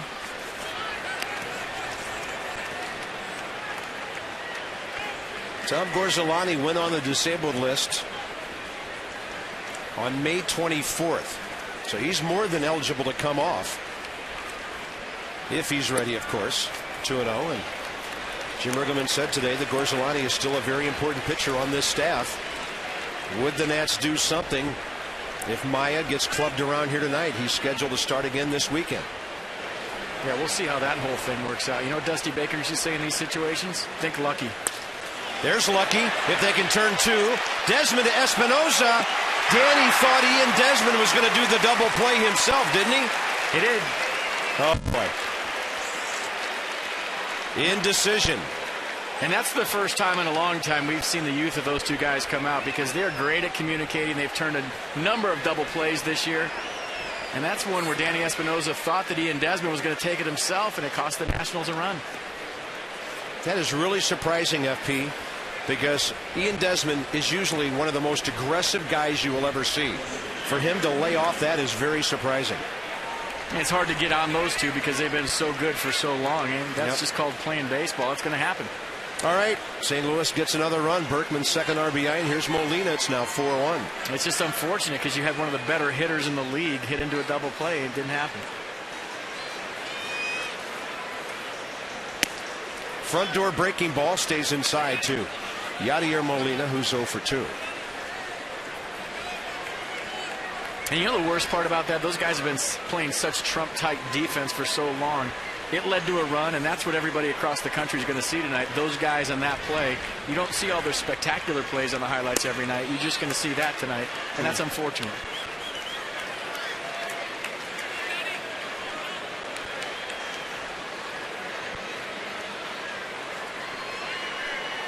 Now Molina hitting over 300 becomes more dangerous on 2-0.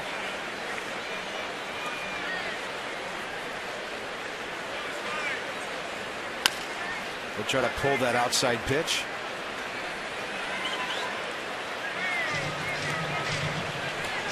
Next up is Andrew Brown, wearing number 64. Kind of a spring training number. They got to change that. Well, they do get Matt Holliday back Thursday, so you can draw your own conclusions. Or keep it. Hey, if it's a major league uniform, you'll take it, huh? Yeah.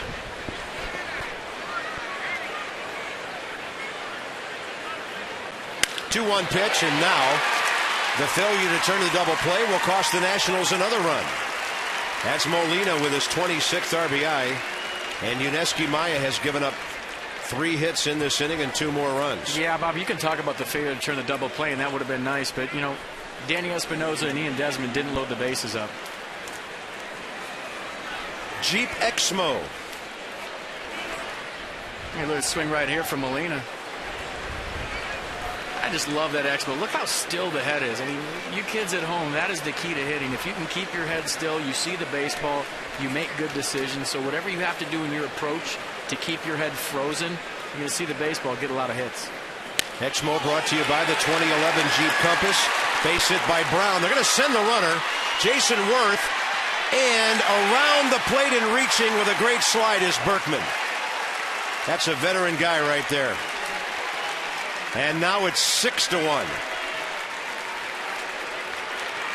Have you noticed since the Buster Posey play at home plate that every single guy is sliding into home and avoiding contact? And look, nice job, Brown. His swinging bat's a dangerous bat. He's been hacking all night long. But Lance Berkman, great throw from Jason Worth. But watch this. He's got a lane right there. He's got plate, and he uses it. Now, I haven't seen too many collisions since the Buster Posey deal. Good throw by Jason Worth, and that's just taking advantage of a lane. You had a path right there. Look where he slid. Did you see where his slide mark was? He slid behind the base and then just reached over with his hand. Nice slide. YUNESKY Maya done. It's another outing for him of under 5 innings. St. Louis on top, and here comes Ryan Matthews.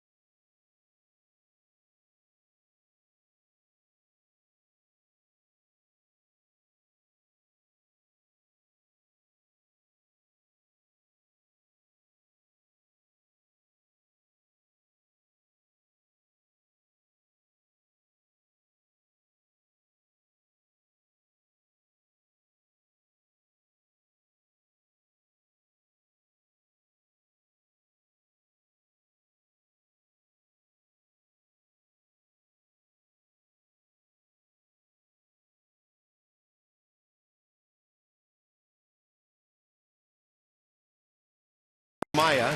Ryan Matthews about to make his major league debut. Expect flexibility with the new midseason flex plans. You can pick 3 games, you get a 4th one free, and you get a new era cap, which is very cool. It's the red cap with a white curly W, adjustable, very nice. Nationals.com/flex for more information. Ryan Matthews.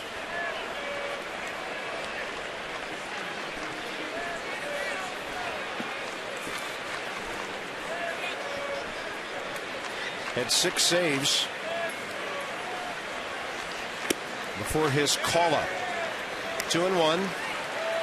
6 saves, a 1.46 ERA, 22 games. That's John Jay running for Andrew Brown. He's a left-handed batter, so La Russa gets him into the game. Now that the Nats have a right-handed reliever out there. Ryan Matthews from Galt, California, right outside of Sacramento, attended Sacramento City College. A factory for Major League Baseball players.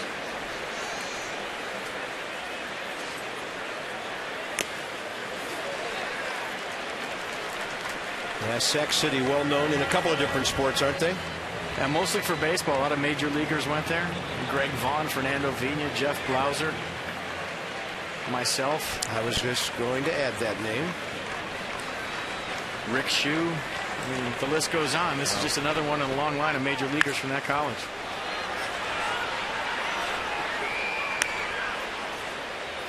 So this is where you have to harness your nerves and throw strikes, and so far so good.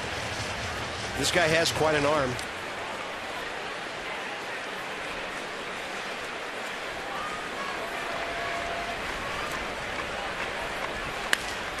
Line drive. Desmond's going to get it. A little flare out there that he manages to get a hold of. 8 batters for St. Louis. 4 base hits, and now they lead 6-1.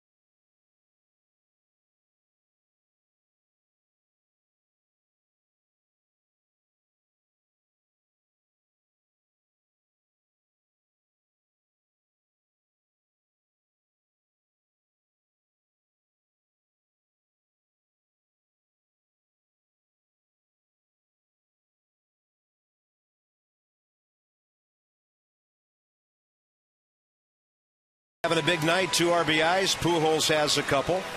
Molina and Brown driving in runs there in the 5th inning. YUNESKY Maya gives up 6 runs on 9 hits in less than 5 innings of work. Roger Bernadina has the Nats.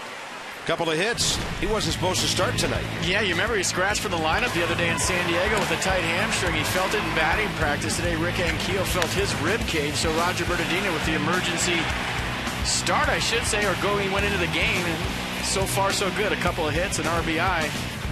Just keep an eye on his hammy. He went after a ball left center field. Didn't look great. So Roger Bernadina doing a good job tonight, taking one for the team.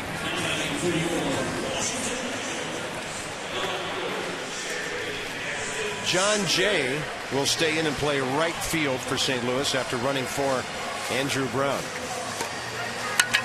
That's a defensive change a manager can afford to make when he's up 5 runs in the middle of the game. It'll be Hairston, Worth, and Desmond for the Nats. Bottom 5. Jaime Garcia, 69 pitches, 47 strikes.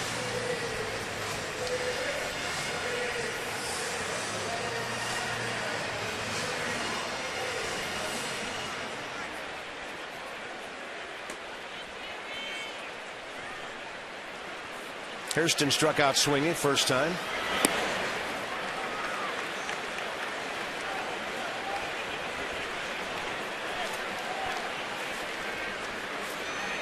Marlins and Phillies finally got their game underway. Marlins got a run in the top of the first, and then Ryan Howard hit a homer in the bottom 2-1 Phils. Trying to win their 4th in a row.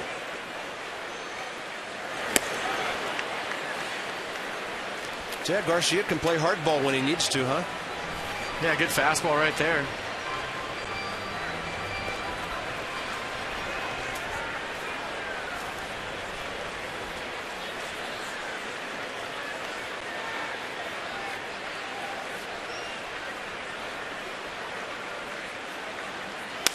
Hairston will hit it hard. Knocked down by Theriot. And he couldn't get the handle on it either time, really. That'll be his 12th error of the year. And Hairston pulling up after he hit the bag.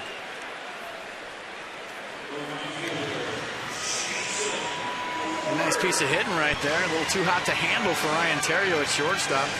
Goes panic mode right there and throws it away. Jerry Hairston Jr. after he hit the base, watching. Little hobble, little limp. He's feeling something right about there in his left leg. St. Louis at one point this season was one of the bottom 3 defensive teams in the league. They have fixed some of that, but that was their 40th error. Here's Jason Worth. And this is where the Nats need their leadoff guy to be like a number 3 or 4 man right here and drive the ball somewhere. Well, they need base runners right now. When you're down 5 in the bottom of the 5th, you need guys on base. Load them up for the big guys, Morrison, Espinosa. Slow roller right side. Jason Worth going the other way. That ball hits off the facing of the dugout. They'll have to assess another error. Probably on Ryan Theriot. So Hairston's retired. And then an error lets Worth go to second base. Yeah, good job, Jerry Hairston, getting on top of Ryan Theriot. We're in a little traffic right there, breaking up the double play. And Ryan Theriot is having one of those innings he'd like to forget. Look at a slow roller, a good feed from Schumacher, and Jerry Hairston Jr. running a little bit of traffic right there, and the throw's high. Look at him hustling. We just saw him limp. Great job of getting into Ryan Theriot and forcing a bad play.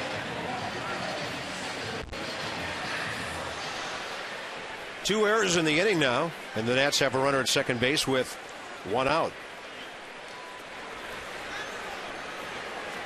Breaking ball outside. Yeah, I've been there before. You make an error and you're still thinking about the last one. Guess what? That next ball is coming to you. And you got to be ready for it. At this level, I think that's what separates in guys from the minor leagues. You make an error, guess what? You got to throw it out as quick as you can, turn the page, have a short memory, because the next ball's coming right to you. Yeah, that's 13 errors by a usually dependable Ryan Theriot this year. And he's still thinking about it out there. He's having one of those innings. There's nothing more embarrassing than making errors at the major league level, and that's a sure-handed shortstop that's had a good offensive season for the Cardinals. But the game starts moving fast when you kick a few baseballs. All of a sudden, your head is spinning. You're trying to think about the last one, but you got to throw it away. You got to find a way to throw it away. Off-speed pitch away. The Cardinals defensively are bunching Desmond toward the gap in left center. The left fielder, Lance Berkman, is at least 100 feet off the line. That may indicate that Garcia is going to keep the ball away from Desmond, and Ian may have a hard time hooking one out down that left field line, so they're going to play him toward the gap. 2-1 pitch. Goes the other way with a healthy swing, and the count's even. Desmond hit the ball hard to center last time up. He's 0 for 2. Behind him, Ryan Zimmerman still looking for contact.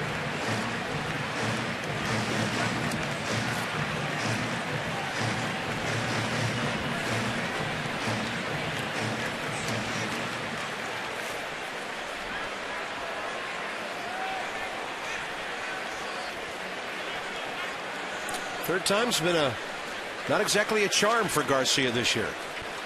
Third time, lots of errors by his defense, I'm calling. Evidently.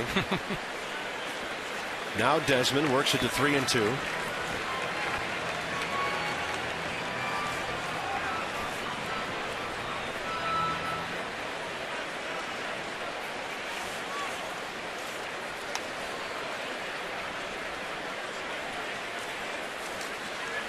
And that's a base runner. Good at bat by Ian Desmond to get aboard. 2 on, 1 out for Ryan Zimmerman. That'll be his first walk as we check out our hand-cooked tires game flow. Be one with it. Hand-cooked tires.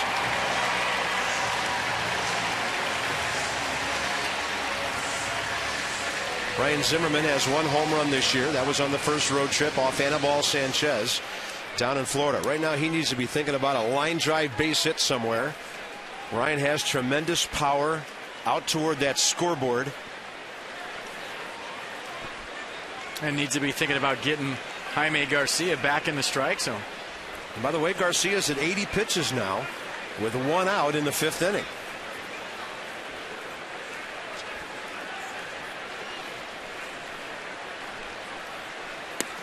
Ryan saw something in her half he thought he could pull.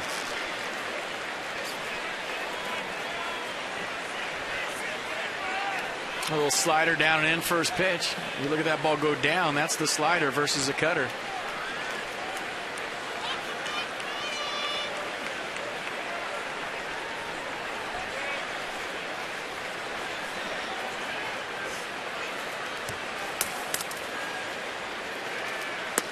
And Zimmerman then takes a straight change right in there.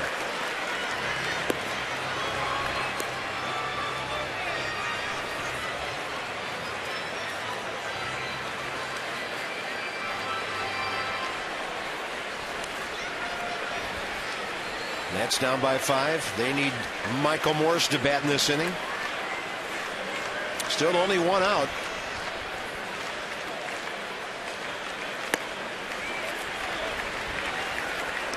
And for me, when I had a long layoff, the one thing I had trouble with was getting my strike zone back.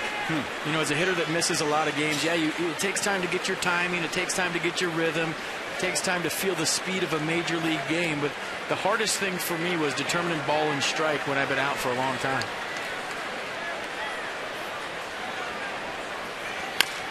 Ground ball, foul outside third. That one didn't feel too good either. Did he hit that off his foot again? Goodness.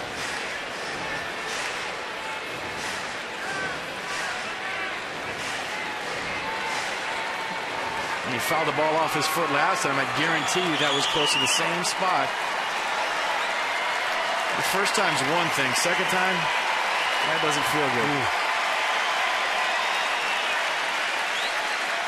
Crowd's getting into it.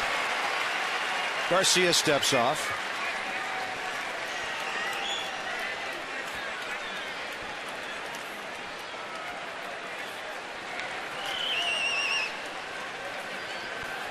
Two on, 1 out.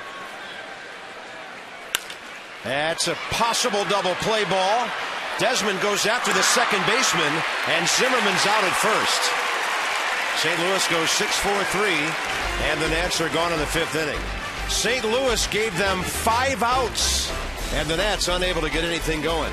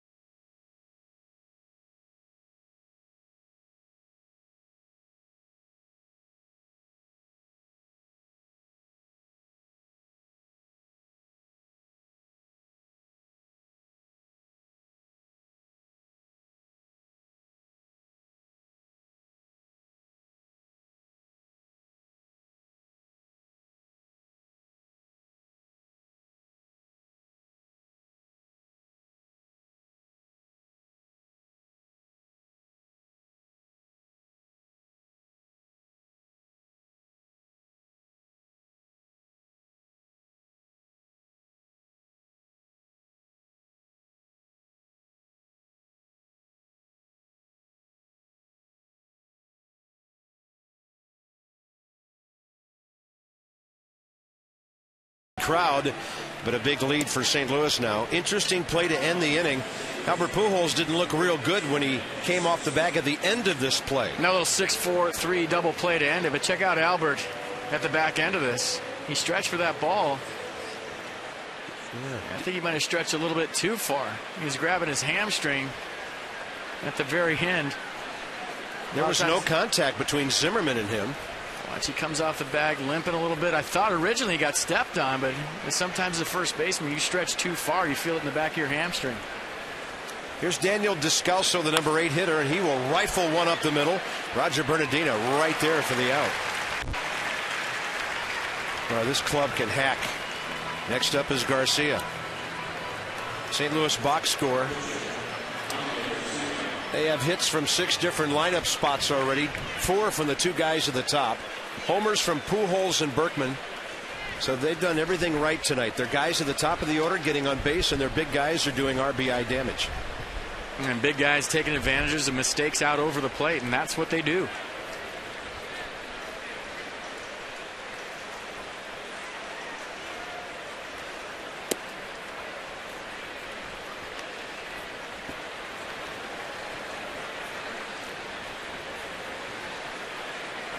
Garcia, ground ball to short, fly ball to right.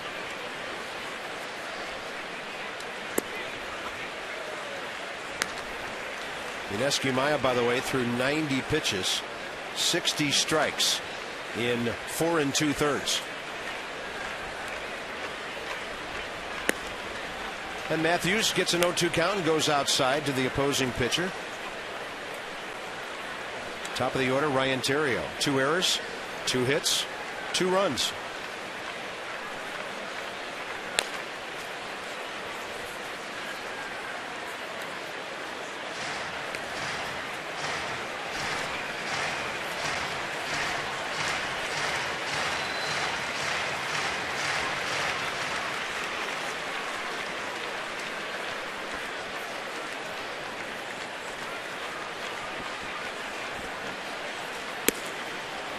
There's that fastball, 94.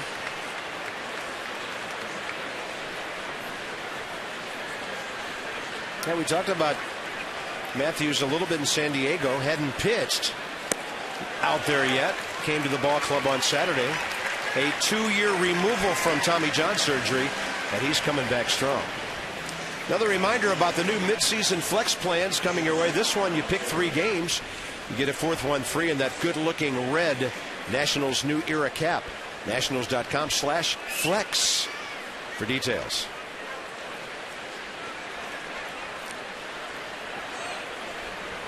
By the way, the Nats knew that he was in line for that surgery when they got him from Colorado.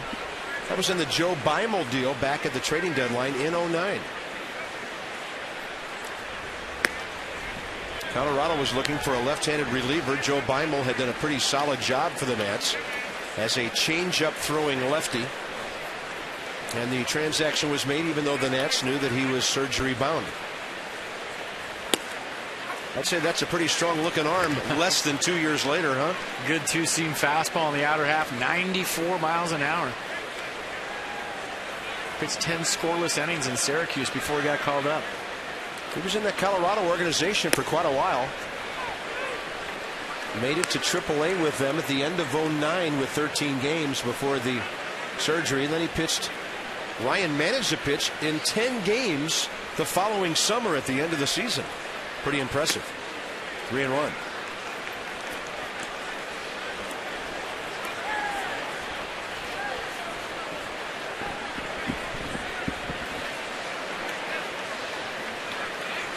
Bases empty, 2 outs, top of the 6th. And he misses away his first big league walk after retiring his first 3 big league hitters. He'll face Colby Rasmus. Let's have a look at our PNC minor league report for the Achiever in You, solutions that help you achieve your financial goals. Brad Peacock at AA is getting it done, 7-2. We keep hearing more and more about him right now.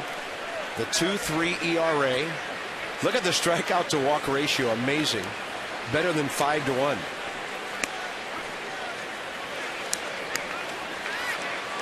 This talent-rich organization, it's a lot of fun now to track these young guys on what we know for some of them is their road to the major leagues. Runner was way off of first, and Matthews never looked at Theriot. Had he stepped off, he had a 15-foot pickoff. Brad Peacock, by the way, from Palm Beach. 41st rounder in 06.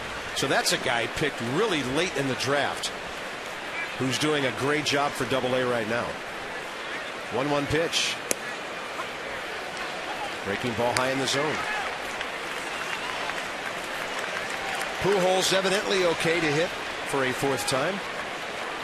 If the inning does not end here. Let's see if he goes back to that split that he struck out Garcia with. Straight fastball, baby, upstairs, 91. We like it. 4 of his first 5 major league hitters retired. Ryan Matthews, welcome to the big leagues. He did well.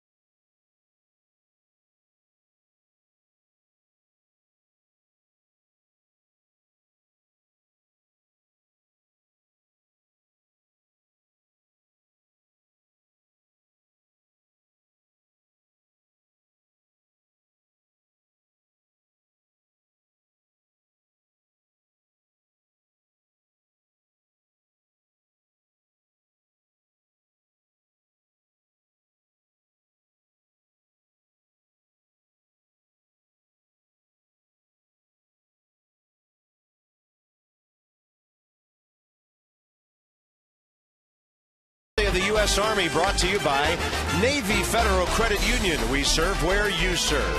Panasonic Solutions Company, enhancing government through innovative technology. DynCorp International, we serve today for a better tomorrow. And USAA, proudly serving the financial needs of the military, veterans, and their families. No better place to celebrate a military appreciation night than Washington, D.C. Right now, the Nats on a very short end of a 6-1 score. A couple of base runners last inning, couldn't do much with it against Garcia. Henry Rodriguez. If the Nats send 5 men to the plate here in the 6th, they'll have to bat for Ryan Matthews, and the Nats might be very satisfied with what they saw from him, getting 4 outs. Michael Morse 1 for 2 with a double last time. He has scored Washington's only run tonight.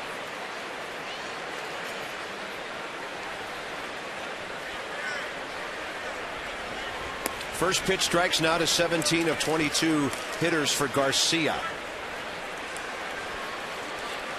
You have an outing like Ryan Matthews just had. I mean, you could hear everything in scouting reports, how he's doing in AAA, but you get into your first big league game and throw in front of a big crowd like this against the St. Louis Cardinals in front of the big league manager. Guess what? You just bought yourself some more valuable innings next time out. Yeah, absolutely. And if you're really smart, you don't go to him and say, let me face Pujols next inning. No, you want that guy. As a young guy, you want to see what you got. That ball is stung by Michael Morse, who's now 2 for 3. Michael came in hitting 300. Seems like every time he comes into a ball game with the possibility of dipping below 300, he gets a couple of hits. He's aboard, leading off again. Yeah, what do we always talk about? How is Michael Morse going to handle being the discussion of the other team's pre-series meeting? And so far, so good. I mean, he's the one guy you circle in the Nats lineup right now, and he continues to hit. Look at the adjustment to the low ball. Look at him go down and get that pitch. We saw him go extendo on the double. Nice job of digging that one out. Exmo brought to you by Ram Trucks, designed, tested, and proven to be the best trucks Dodge has ever built. Ram. First pitch breaking ball to Espinosa. And that was Garcia's best pitch all night long. a get-me-over curveball that started over Espinosa's head and just dropped right in there. Aren't you usually kind of sitting first pitch dead red when you're down by 5? You figure this guy doesn't want to walk anybody. Yeah, you just tip your cap to him on that one.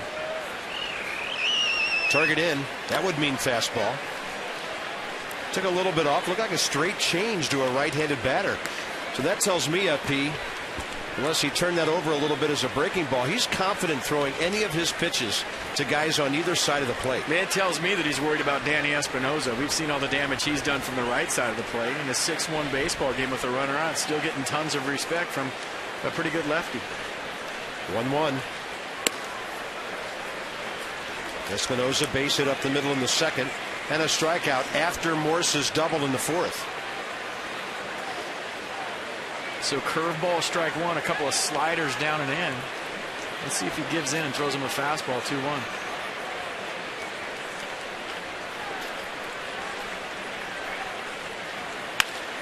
Left side, deep short. Terrio can't get the throw there. Safe. Good base running by Michael Morse, coming in hard. And Ryan Terrio just couldn't get much on that throw. That is the most helpless feeling as a hitter, when you know if the guy running in front of you gets to second base, it's a hit for you. So you're running down the line rooting for Michael Morse. Danny Espinosa's rooting for Michael Morse. Get there, get there, get there. If you get there, that's a knock for me. And he does. So base hit for Danny Espinosa. First and second, nobody out, and that's in business. 7 base hits for the Nationals.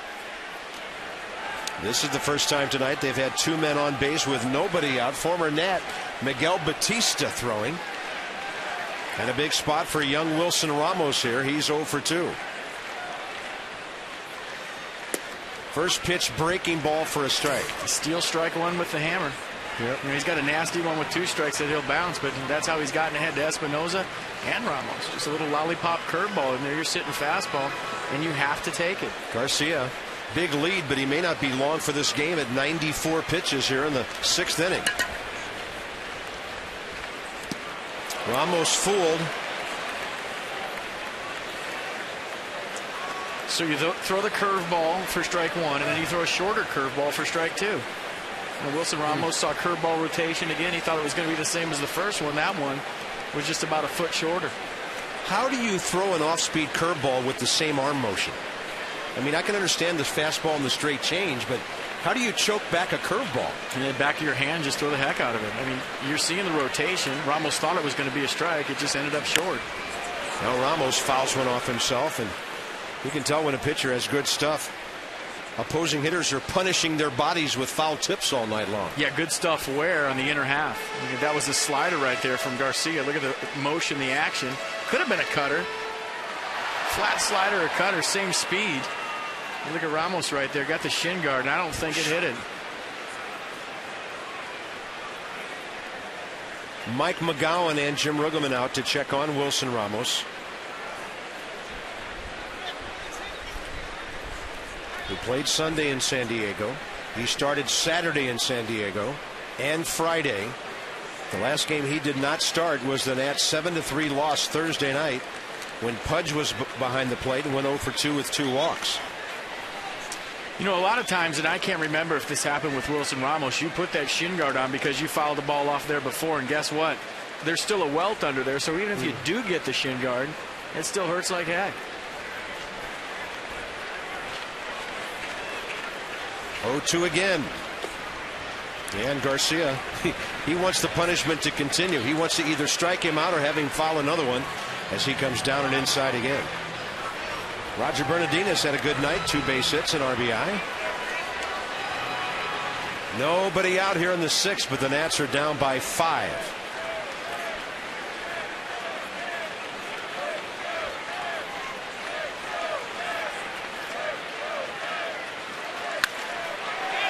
Up the middle, Terrio corrals it, still can't get it to second. And the bases are loaded with nobody out, and Ryan Terrio seems to really be fighting the baseball tonight. Wow. Fighting the baseball and fighting himself. A good job of keeping it in the infield, but then he went panic mode. Now I'm giving this a hit. I don't know what they're giving it. You know, that's not a routine play right there, and they're probably giving an error, but I always err on the side of the hitter. They're going to give him his 3rd error on that. Regardless, the Nats have bases loaded, nobody out, and that's all that matters. Roger Bernadina coming in. Oh, they've given a hit. And that's how his career started as an official scorekeeper. All right, the Nats box now featuring almost as many hits, 8 as St. Louis, 9. But Washington looking for the big blow.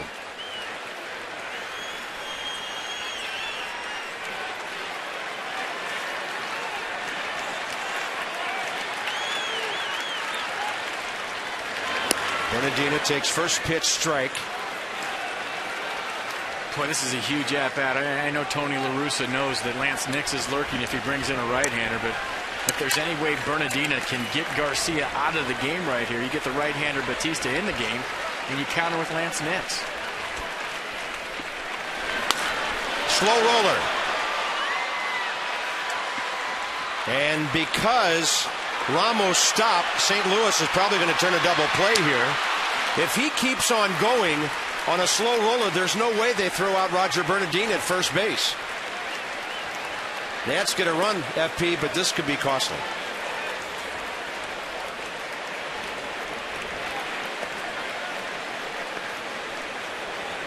Yeah, I think he just run all the way to second base. He's thinking that Schumacher's going to grab the ball and tag him and throw to first. But if you just run hard right here, I think. Well, you probably ran into out looking at it again. Yeah, I got to backtrack a little bit right there. Schumacher was right in the baseline. There wasn't a whole lot Wilson Ramos could do. Yeah, I agree with you now on second look. Just caught between a rock and a hard place. You have to stop right there. If he keeps running, I mean, you could go Albert Bell versus Fernando Vina and knock him down right there. But there's nothing he could do. That's just one of those hang with him's for the Nationals. Yep. One run in, runner at third, 2 outs. And here's Brian Bixler. Batting for Ryan Matthews.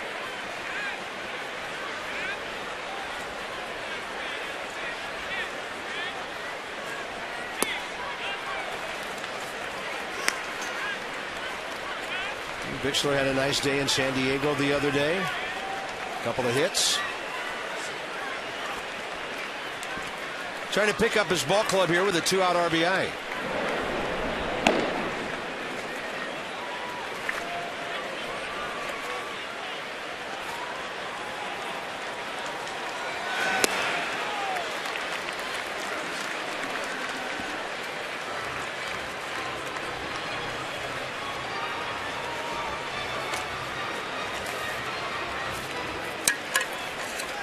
Garcia's thrown a couple of big double play ground balls tonight. Hairston is next here in the 6th.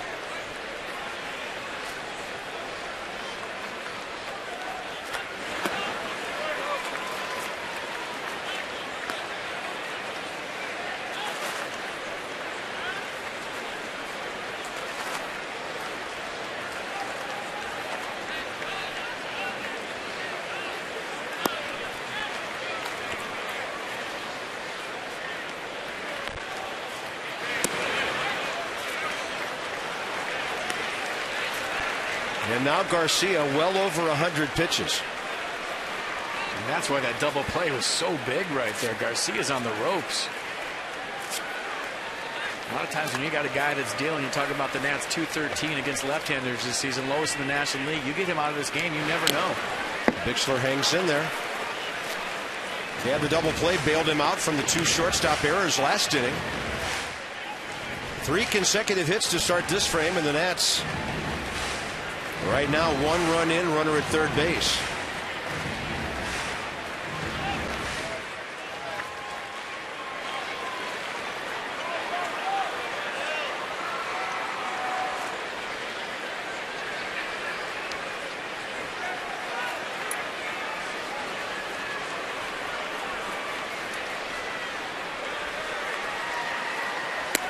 Bixler takes one right down the middle. Inning over. A lot of hits for the Nats tonight, but now they've stranded 6 base runners, lost a couple on double plays, and it's 6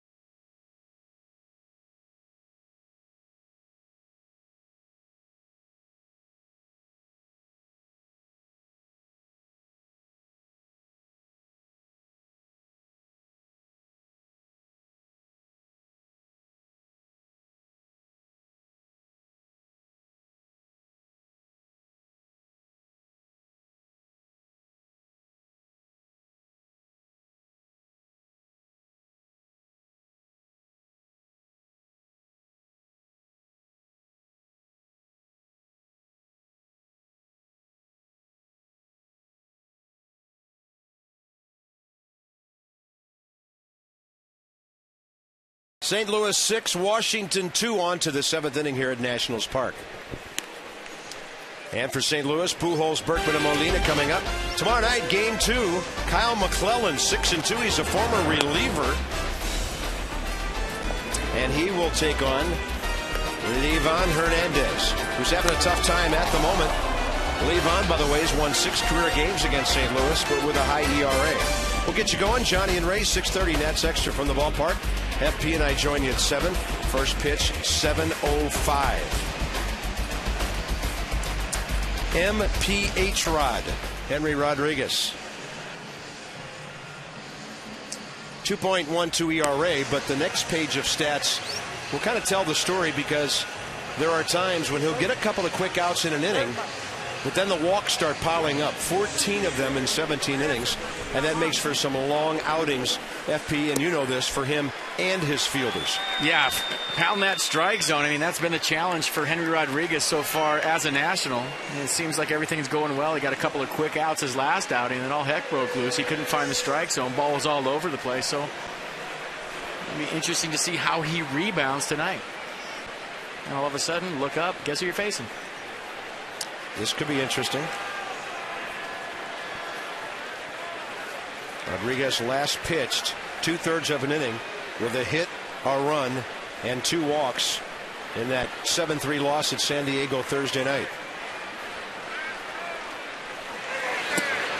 The opportunities are there for some of these guys in the bullpen, for Jim Riggleman to use them in meaningful situations. But right now, there are just about 3 guys Jim can depend on: Coffey, Clippard, and Storen.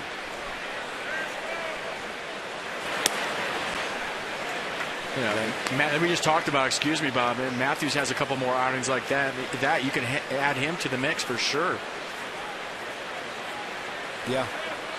Hey, there's opportunity out there. Well, you're just looking for strikes and guys that are fearless out of your bullpen. I mean, those are the 2 things that I was taught at a very young age. You want guys that are not scared. They're going to come in and fire strikes, and whatever happens, happens. If you get your head kicked in throwing strikes, so be it. But there's nothing worse than what Jim Riggleman had to watch in San Diego one of those nights, to where guys are just walking everybody. You can't defend the walk, and nothing kills a baseball game like relievers coming in walking people.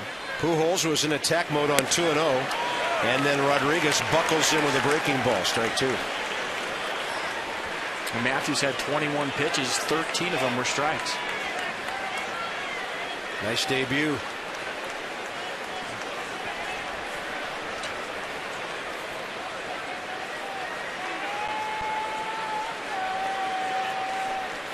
Pujols on another breaking ball, reaches to stay alive.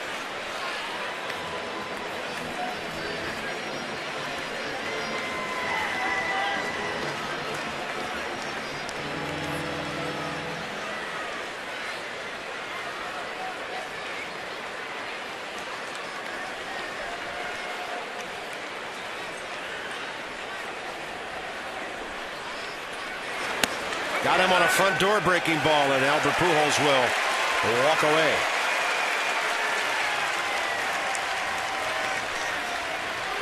I don't think he thought it was a strike. Oh, it was a strike, and that's why everybody in this organization is so high on Henry Rodriguez. You're talking about one of the best hitters in the National League, and there's nothing he can do about that pitch except for go back to the dugout. You know, we've seen him do that, and we've seen him walk guys. If he can ever harness that pitch and throw strikes with his fastball, he's unhittable. I'm telling you, It's not easy to hit 99. It's not easy to hit 100. Then you just add that little doubt in the back of your head that he can throw that pitch for a strike on top of it. You talk about a rough AB. Lance Berkman, a walk, a homer, an RBI ground ball.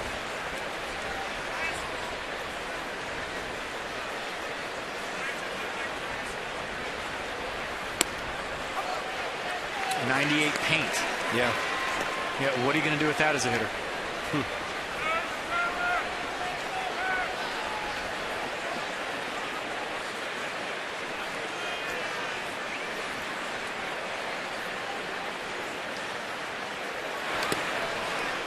That's his changeup.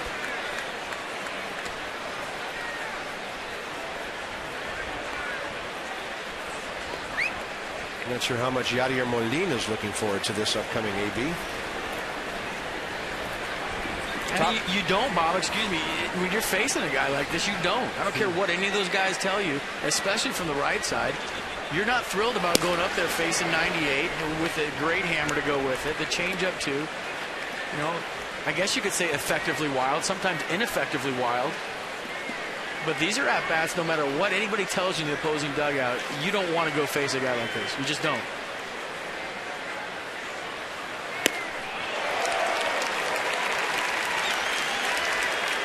.31 fastball, great hitter sitting dead red by you.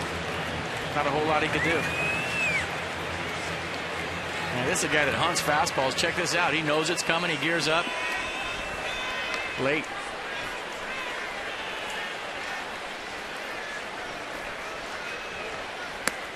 Just can't get through an inning without walking somebody.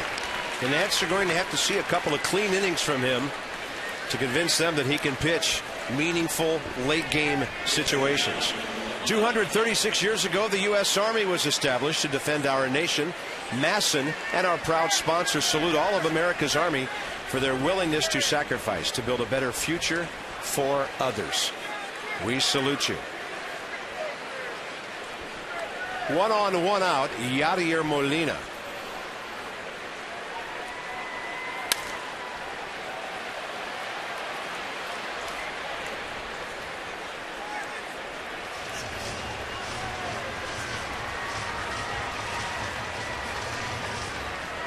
What's he checking for, Bob? Hairline fracture. Hairline fracture. Yep. But he only tapped one end of the bat, right? You said sometimes you have to tap both ends. Yeah, right? you hold it up to your ear and listen to it, and you tap, you know, the knob on the plate to see if it vibrates funny. It'll make a funny sound if you broke it.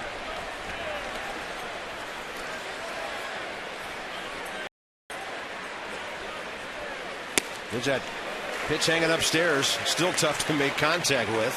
If he gets it anywhere near the strike zone.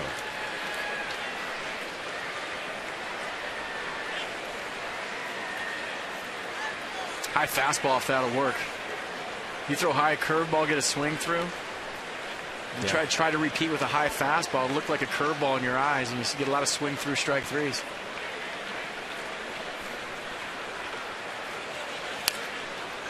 .99 down low.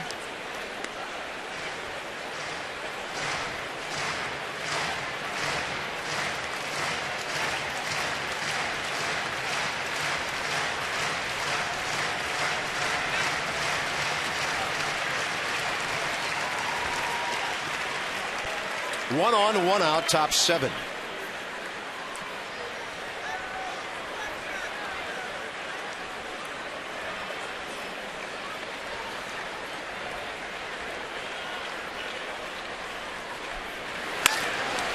Should be 2. Desmond Espinosa, a very nice looking 6-4-3.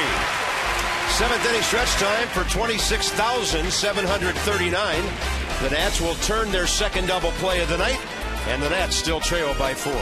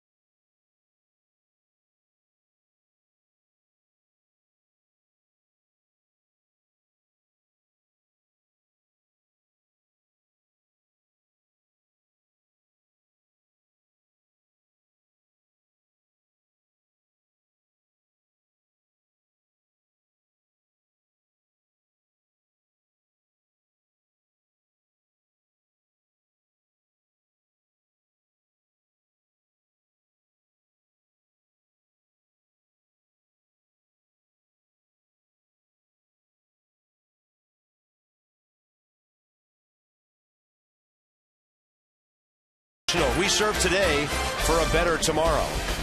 USAA, proudly serving the financial needs of the military, veterans, and their families. It's an absolutely gorgeous baseball night. One of the nicest nights we've had at Nationals Park all year.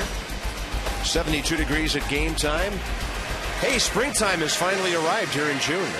Our copyrighted telecast presented by authority of the Washington Nationals and may not be reproduced or retransmitted in any form. And the accounts and descriptions of this game may not be disseminated without the expressed written consent of the Washington Nationals. Miguel Batista, former National. 24th appearance. He's doing a good job for Tony La Russa. 2.28 ERA, 3 wins and a loss. He has struggled with control, 16 walks, 16 strikeouts in 28 innings. But nobody's hitting him. His opponent's batting average only .214.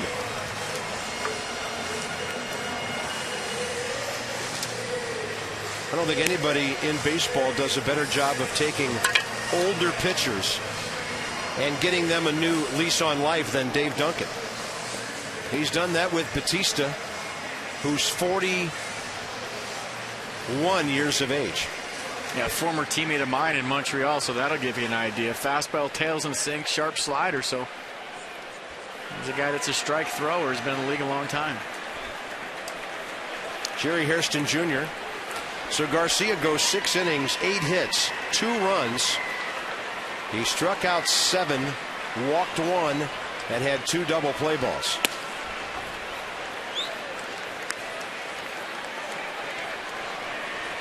So he's in line for his 7th win of the year. Although with a big lead, he wasn't able to go beyond 6 because of a 107 pitch count.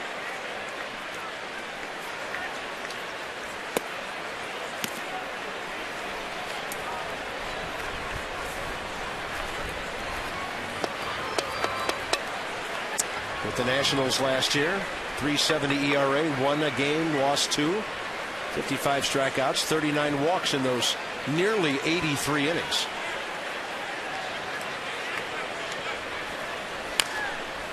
And probably his highlight was the infamous Miss Iowa game when he replayed Steven Strasburg. Steven had to leave after throwing his bullpen, and Miguel Batista said the fans came to see Miss America, and out came Miss Iowa, me. And then after a little bit of a controversy, the Nationals invited Miss Iowa to come and throw out the first pitch, and it was a lovely resolution to that story. In more ways than one. Pretty good pitch on 1 and 2. That looked like a cutter. 89 or so.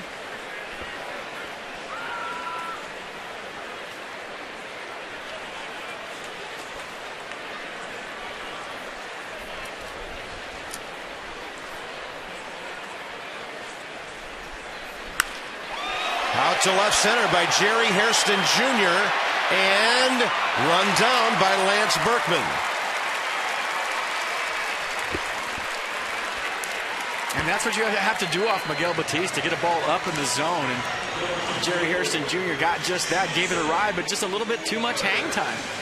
Lance Berkman had a chance to run underneath it. Check out the pitch from Batista up in the zone. Jerry Hairston Jr. just pulls the hand, and he thought he had one. You see him choked up right there, and that might have been the difference, trying to choke up just to get a little more back control. FP, on that slow-mo I just saw, looked to me like his hands were separated on the bat. It's almost like he choked up with his right hand. What would that accomplish for a hitter? I mean, we talk about choking up all the time, but there was maybe an inch or two of bat between his 2 hands there. You know, some guys just do that. That's just habit. That's how probably he's done it his whole life. But that was a great shot of showing the separation of his hands. And I don't think that's an adjustment, Bobby. In my experiences, guys either grab the bat one way or the other way. And for him to do that, maybe that gives him top hand control and allows him to get on top of the baseball. But check it out. Just that little seam in there between his hands. And I think if you look on the other side of the bat, his hands are together. But just on the bottom side, palm up, palm down, there's a small gap. And I think that's pretty common with hitters. 2-1 to Jason Worth, who's 1 for 3 with a base hit.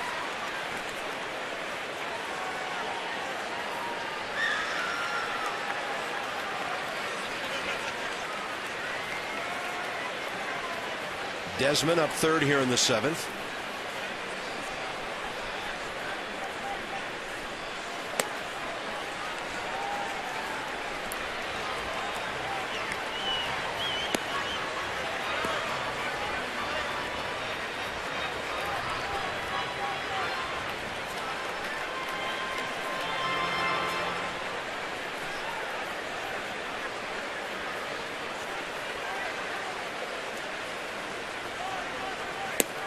Good at bat by Jason Worth. He's on for the second time tonight. Time to check out our Corona game flow. Good crowd on hand tonight. Nearly 27,000. They're enjoying a beautiful evening, and it's brought to you by Corona, who invites you to find your beach.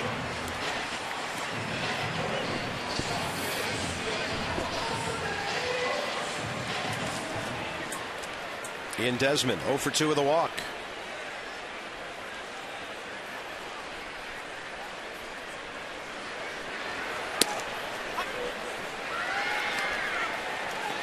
Nats are facing a St. Louis bullpen that has been busy this year. They have a 3.5 ERA. One of the worst save conversion rates in all of baseball. Right now, Ryan Franklin no longer their closer, but they have a couple of young kids in Fernando Salas and Eduardo Sanchez who have great arms, and those kids have 16 saves between them. Time given to the hitter there. St. Louis has had 30 save opportunities this year, and as a team, they've blown 11 of them. What would their record be? You know, they just convert like 60-70%. They'd have almost 2 handful more wins. Or if they had the Nationals back end of the bullpen. Yeah.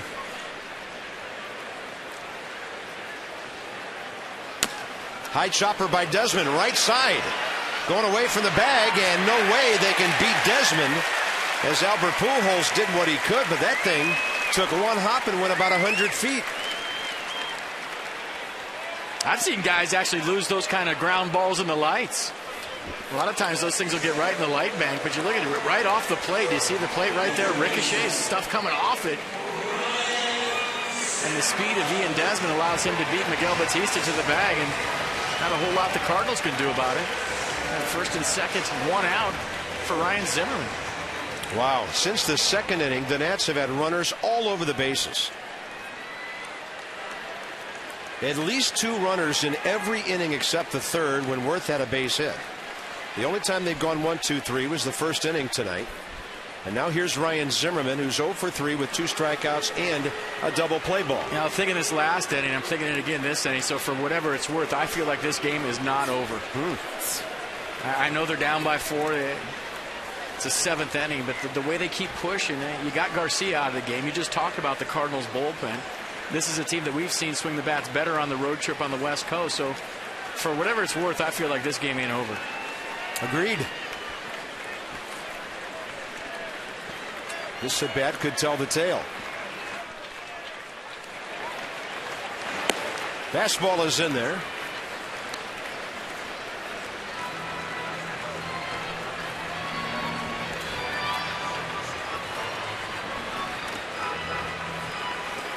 Ryan has been 0-2 every at bat tonight. Those, of course, against Garcia. He gets something near the plate here. He might be trying to hack against his ex-teammate.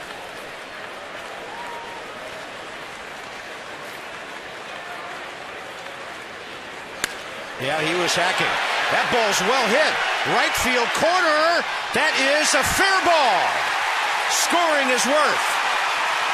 Desmond to third. Ryan Zimmerman with an RBI double. He is strong enough to use the whole ballpark, and we're talking wall to wall. And that hit lit this crowd up here in D.C. Everybody on their feet saying, "Welcome back, Ryan Zimmerman." It took him a few at-bats to get his timing down. Look at the big leg kick, getting his foot down. Got something on the outer half of the plate. Let it get deep and drive it. Head on the baseball, nice job, and this is just fair. And he'll take it. I mean, that first hit back is the hardest one, Carp. He's got it under his belt now, and here he goes. And I think, you know, the fans and we and everybody in baseball realizes this isn't a video game. You miss a lot of games like that. It's going to take a minute. It took Ryan Zimmerman 4 at-bats. I can't wait to kid him about his first double coming on June 14th. Let's hope it's after a W. Yeah, he has a triple this year. Michael Morse. The ball ends up about 5 feet to the right of the catcher, and the bat barrel helicoptering its way out towards shortstop.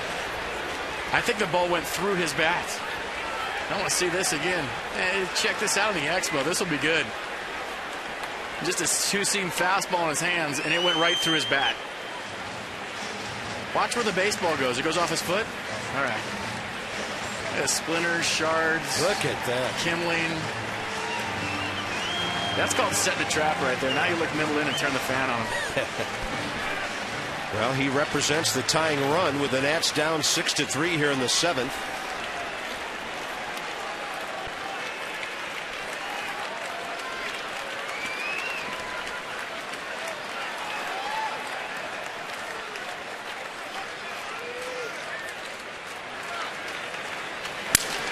Out to short. That'll score a run. 2 outs. Terrio throws him out, and Ian Desmond is home with Zimmerman at third.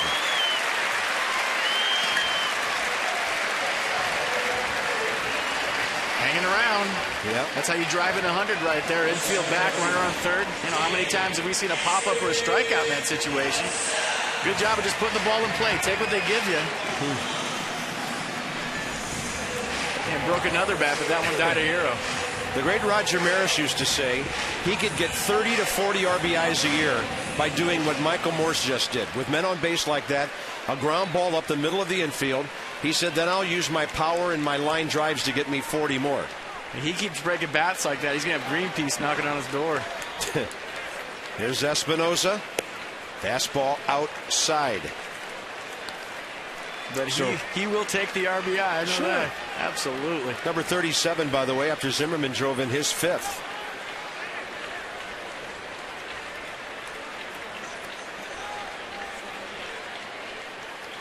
Espinosa up the middle.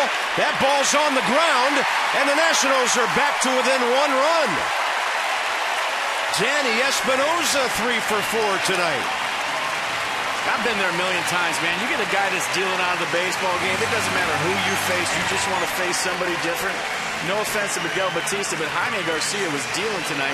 You get somebody else in the game. You keep pushing. You keep fighting. You look at last inning. They loaded the bases and didn't have anything to show for it except for 1 run. And then in this inning, a bunch of hits in a row. 3 runs later, you're right back in the baseball game. You win a lot of games if you keep fighting like this in late innings. St. Louis firing up their bullpen again. And it looks like Trevor Miller. They have 2 lefties, Miller and another veteran, Brian Talent. And Sean Burnett now pops up for the Nats. If I'm Danny Espinosa, I am stealing the first 2 pitches. You throw me out, but I'm going to try to get in scoring position. I know you got one of the best defensive catchers in the league back there, but so what? I mean, what do you got to lose at this point? You're an above-average runner. Miguel Batista kind of slow to the plate. He does have a slide step, but you're going to steal off Miguel Batista, not Yadier or Molina. Get a good lead and go. Be aggressive. You got the crowd in the baseball game. Use the momentum on your side. They're still picking up pieces of Michael Morse's bat, by the way, around the batter's box. So here's Ramos 1 for 3. Espinosa, not a big lead. Breaking ball on the outside corner for a strike. 6-5, and the Nats have now out-hit St. Louis 11-9.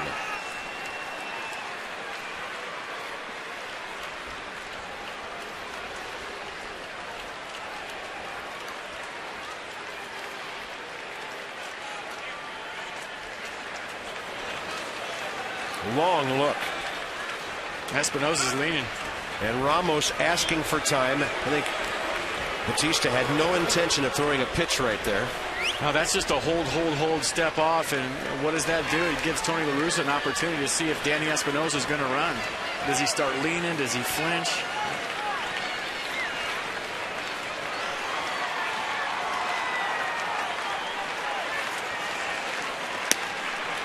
This all started with a 1-out walk by Jason Worth, and now 3 hits around a ground ball. 1 ball, 1 strike. You see right here, that's Tony La Russa. Where's he looking? Right here, Danny Espinosa. That's all he's watching right now. He's trying to see if he's thinking about going. They're not trying to pick him off. They're just trying to do their homework. All eyes on Espinosa in the Cardinals dugout. And they're looking for a flinch, a leak, something to show them that he's going to go and to give them the opportunity to pitch out. And nobody, Bob, you know this better than anybody, likes to pitch out like Tony La Russa. Right. You have about 4 other coaches watching too. See La Russa giving the sign right there? That's either a throw over or a pitch out. And that's what the manager calls. He doesn't call the pitches. He just calls pitch out or throw over. Espinosa holding. Ramos gets a piece of a breaking ball moving away from him. I think a lot of people think, hey, the catcher looks in the dugout for pitches. Well, at the collegiate level, they do. At the major league level, YADIER MOLINA calls his own game. What he's looking for is, does the manager want to pitch out, which Tony La Russa will call? Does the manager want to throw over to first base, which Tony La Russa will call? So if you look at YADIER right now, he's looking in the dugout to Tony La Russa, getting the sign. They get that taken care of, and now he puts down the pitch. 1 ball, 2 strikes. Espinosa just a little bit of a flinch. But to me, in the way I was taught, it's too late right now.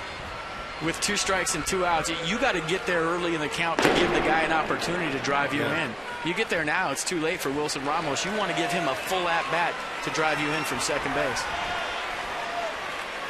There's the pitch out, and it's ball 2. They saw the same flinch you did. By the way, you saw that Clippard has joined Burnett. Tyler Clippard certainly pitching if the Nats go ahead, maybe if they're tied. And Burnett maybe if they're tied, or certainly if they're behind. A lot of possibilities here with 3 runs on the board here in the 7th. And the tying run on base with 2 outs.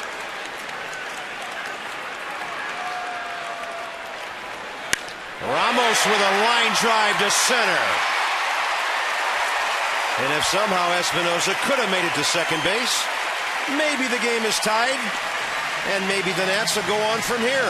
Bernadina coming in against the right-hander, and we'll see if La Russa counters with Trevor Miller.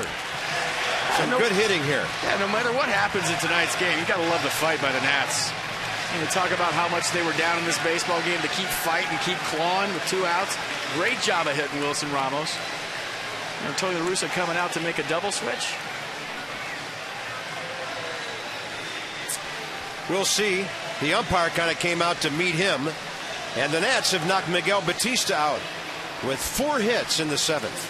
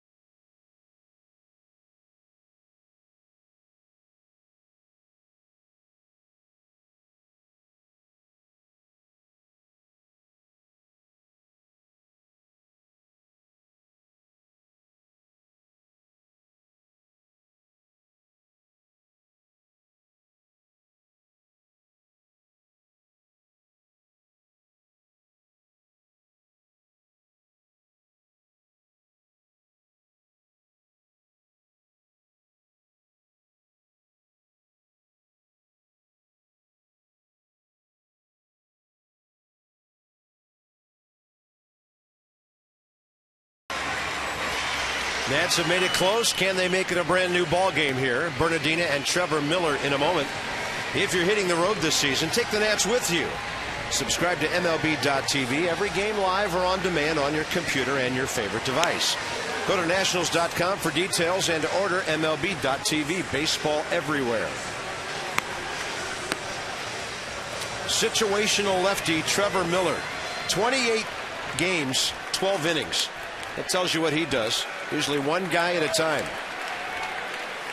A fastball change slider from Trevor Miller. Fastball run up there about 87 miles an hour. Nats don't really have a right-handed batter because Jim Riggleman would be reluctant to use Pudge Rodriguez as backup catcher here. So Bernadina gets to try to hang in. He's already had 2 hits against the lefty tonight.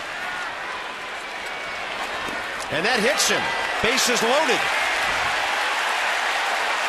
Front door breaking ball, and Roger didn't even really need to go anywhere. And Yadier Molina is arguing with the umpire that the batter made no attempt. In fact, may have even leaned into that pitch. I don't think he leaned into it at all. I think it just hit him. He's just not getting out of the way. He just turned his back to the pitcher. And now LaRussa comes out. Might have leaned in a hair. But the Nats will take it. They got the winning run in scoring position. Well, how about this? Now they will go ahead and use Pudge. This is the pitcher's spot, so they were waiting for this. I think for that to be called, he would have had to take his elbow and really separate it from his body and put it in the strike zone. Yeah. He didn't make any move with his elbow to extend it into the pitch. He just simply turned around and let the ball hit him. Now all of a sudden you got Mr. Clutch at the plate. Rodriguez hitting for Rodriguez. So now the tying run's at third base. And St. Louis stays with the left-hander, Trevor Miller here. Tony La Russa knows if he brings in a right-hander, he's going to be staring at Lance Nix. Or maybe Matt Stairs.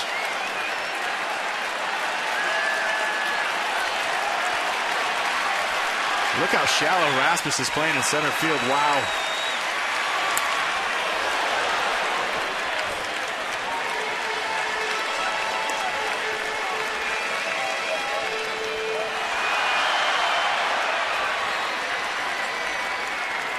Four hits, a walk, and a hit batter in the inning.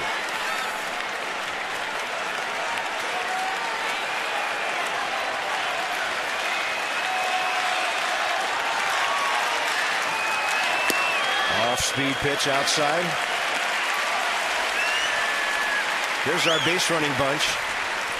Espinosa, RBI hit at third. Ramos clean single at first, and Bernadina hit by a pitch. Ramos at second, Bernadina at first. That ball gets away. This game is tied.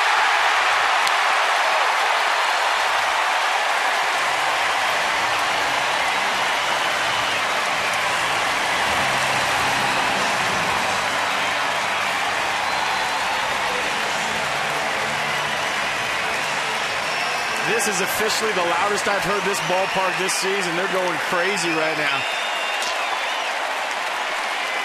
Look at the 55-foot fastball. And good job, Danny Espinosa, being ready for that. And Pudge waving him in. We got a tie ball game. And I had a feeling this one wasn't over. Now they're going to walk Pudge and take on Jerry Hairston Jr. Tony La Russa showing lots of respect for Pudge Rodriguez here. Yeah, Trevor Miller almost threw that one away.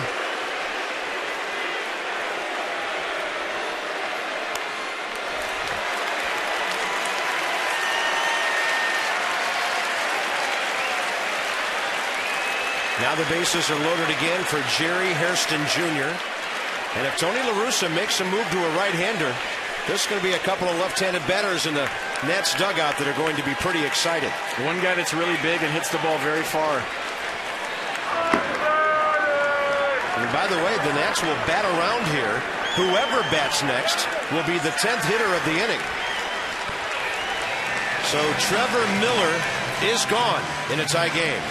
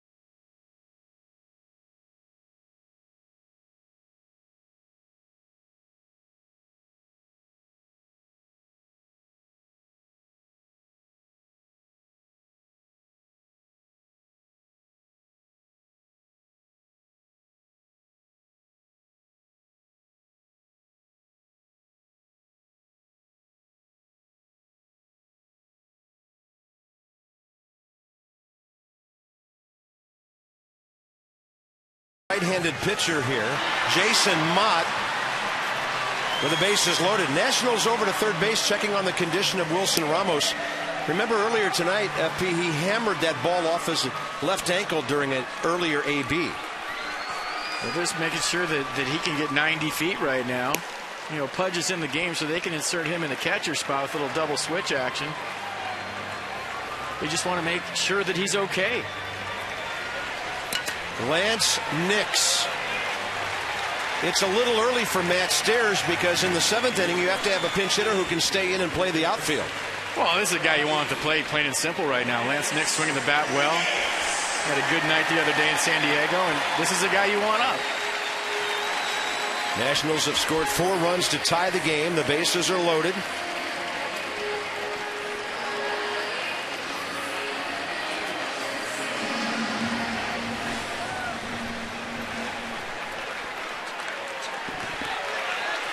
Right-hander Jason Mott.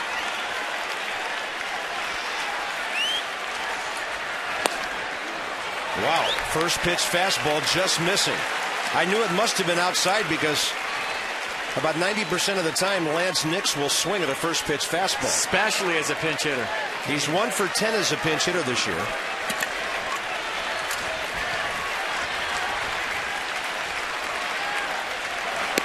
Way inside, ball 2.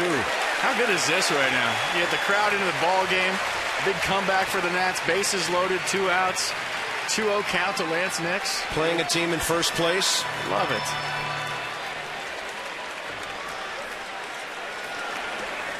Big pitch here for Jason Mott.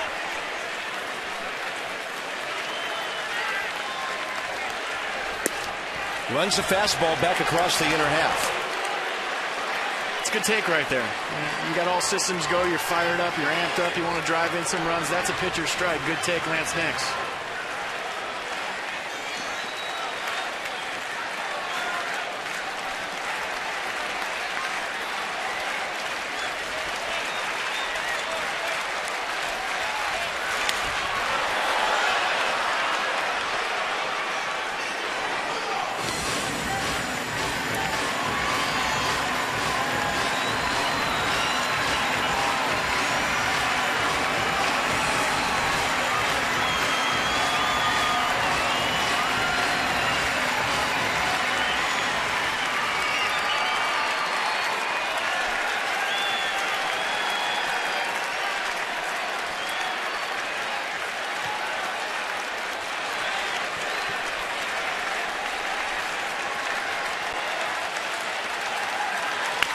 Lance Nix stays alive. 96 on that heater. We got a slider in there somewhere, but if you're Lance Nix, you got to be all over number 1. They got a good fastball. You got to be on it. Roger Bernadina in between Ramos and Rodriguez.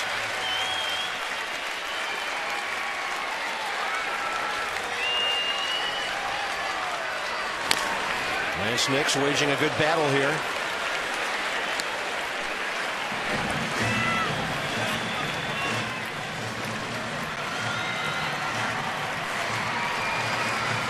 Jason Worth started this rally by walking after 1 out.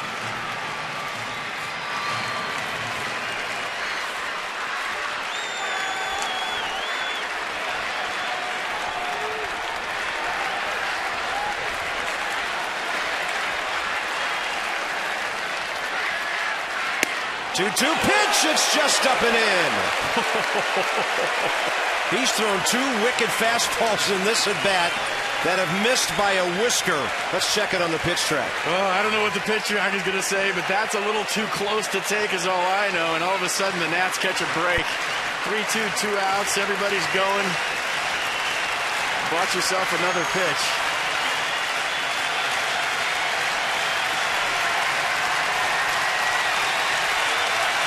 Crowd cheering for what might happen.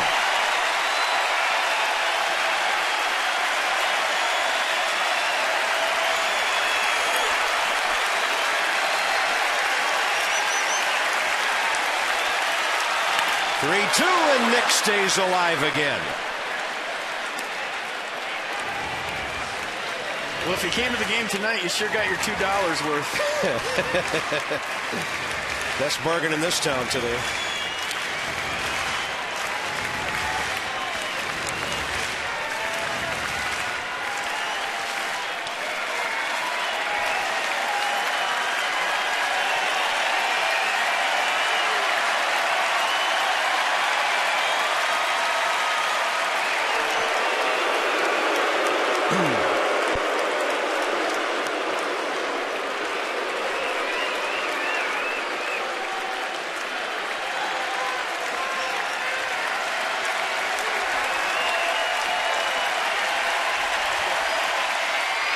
Lance Nix down the line and just foul. Barrel of the bat ends up in right field. What a battle. 10th pitch coming. Lance Nix sticking his nose in there and fighting on a 3-2 slider on his hands. You check out the pitch right here. Just a little slider, inner half. Gets in on his hands. You're thinking it's going to be fair, just foul. 10th pitch coming. It's one of the best at-bats all season.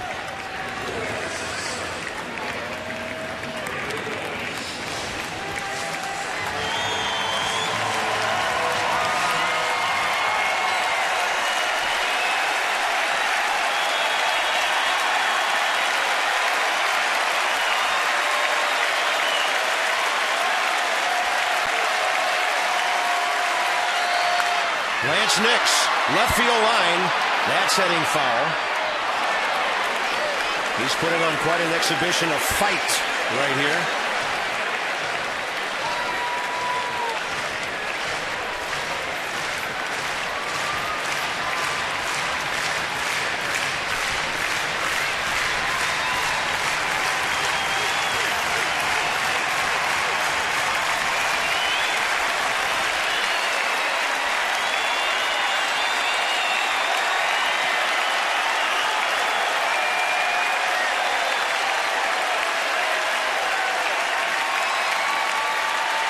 And Mott throws ball 4.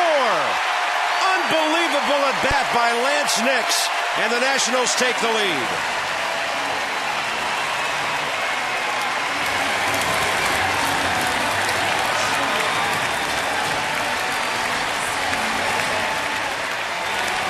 All 5 of these runs charged to Miguel Batista.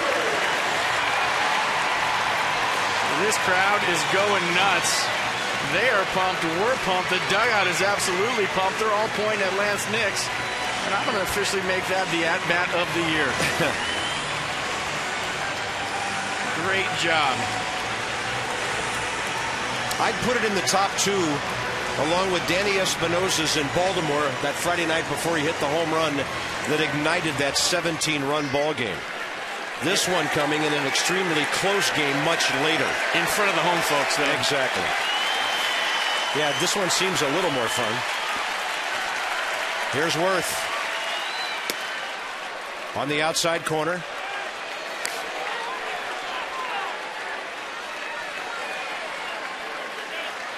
I don't know that Jason's had a signature moment as a National, but this could be it right here with the big hit. Nobody playing near Lance Nix at first.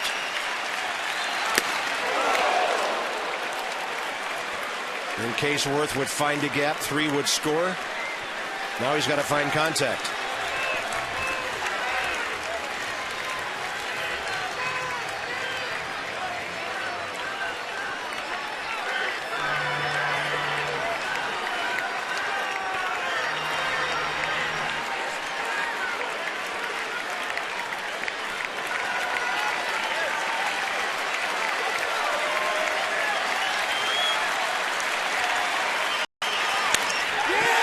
Hit right field. Bernadina's in. They will hold Pudge. The ball got out there in a hurry. And Jason Worth puts the Nats on top. 8-6.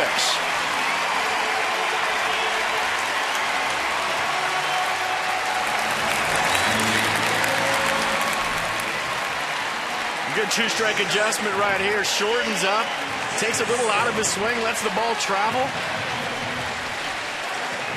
And that is a good piece of hitting with 2 strikes. And couldn't send Pudge right there. Good job of holding Bo Porter. Yep. Keep the line moving, Jason Worth. Way to go. Good at bat. And here's Ian Desmond, whose high chopper off home plate after the Worth walk got this inning going.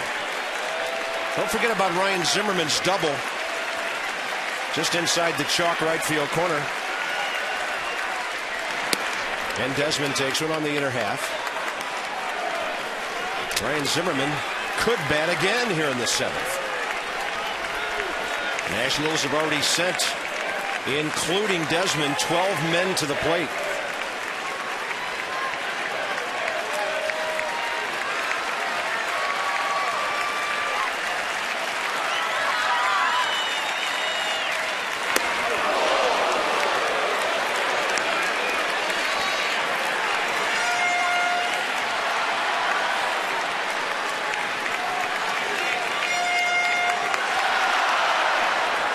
Desmond has really been efficient in situations like this. But he's 0-2 against a guy who throws 96.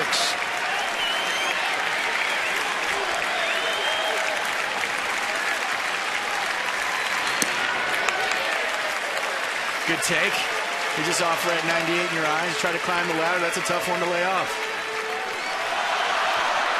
Sacks are jammed again. Pudge at third. Nix at second. They both walked, and Worth with the base hit at first base.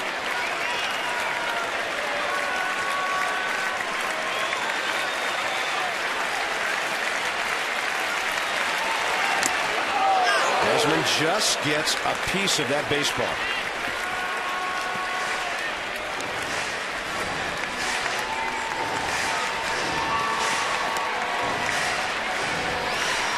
Taking a seat a few moments ago, Sean Burnett. The 8th inning now belongs to Tyler Clippard. They'll have at least a 2-run lead. St. Louis will have 6, 7, and 8 coming up.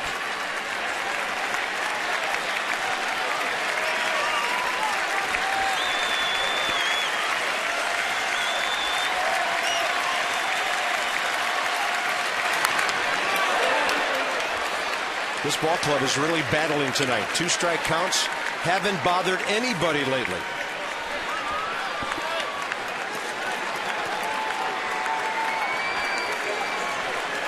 The Nats, who struggled on the recent road trip, 13 for 91, 148 with runners in scoring position. By the way, they've scored as many runs tonight as they did in the, except for 1 run, the San Diego series. Serious fight going on. I love it.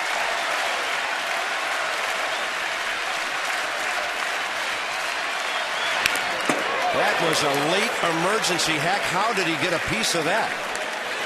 Looked to me like he swung when the ball was already behind him. That almost hit Zim, and that would have been the 3rd time that Ryan Zimmerman got hit tonight.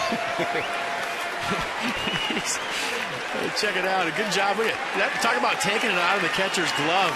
And that is heading right for Ryan Zimmerman, who has a magnet in his pocket tonight. Nationals on top, 8-6. With a 6-run 7th inning here.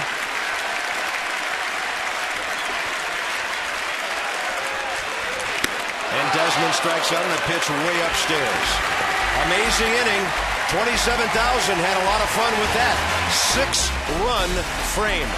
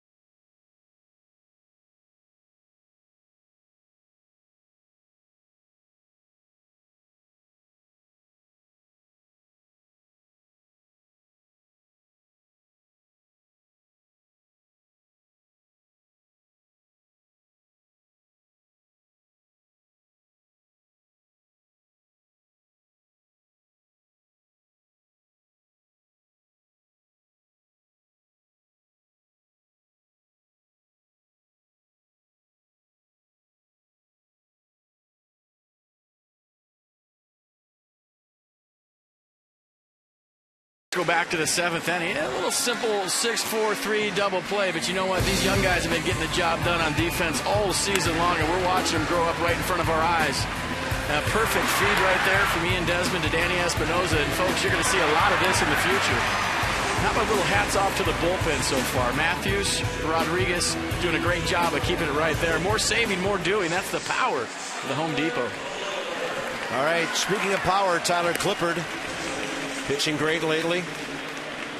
Lance Nix obviously will stay in the game and play left field after walking his way to RBI number 26 a few moments ago. And here's Tyler Clippard, who along with Drew Storen has been outstanding. By the way, the Nats, 6 runs, have now done that 4 times this year. The last time in Baltimore, they did it earlier this year against the Cardinals in St. Louis.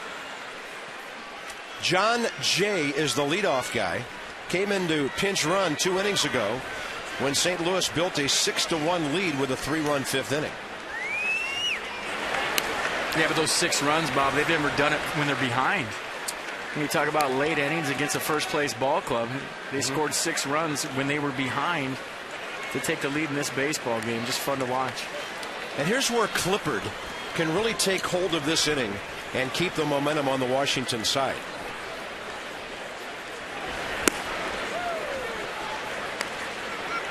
Counts even 1-1.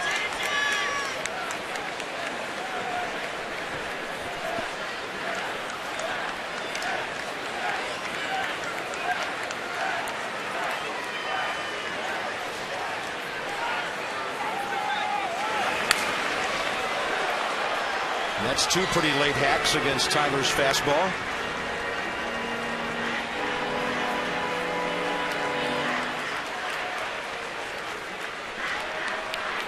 Skip Schumacher is next, and then Dan Descalso.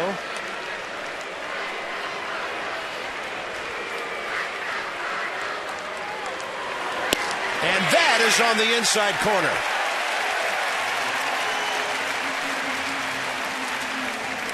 It looks like a fastball night from Tyler Clippard. He's a touch field guy, and whatever's working he usually goes with. His fastball command lately has been outstanding, and here's an example why.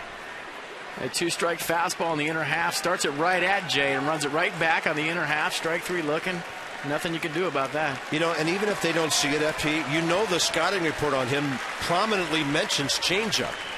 So hitters at least have that in their mind, trying to react to a fastball. There's Mitchell Boggs. If they get down to the 4th hitter in this inning, they'll have to hit for their pitcher. Clippard against Schumacher, who's 1 for 3 on the night with an opposite field single. He pulls this ball and hooks way foul.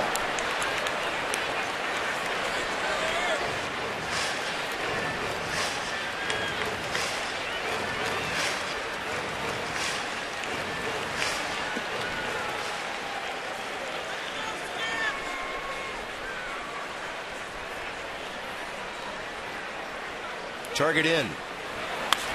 Tries to bury the fastball in there.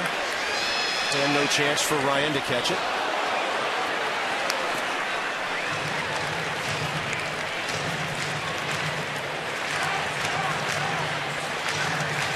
How good is it to see that guy in a Nats uni on the field again? We see a lot of number 11 jerseys around here, but finally tonight the right guy's wearing it. It's not in the stands.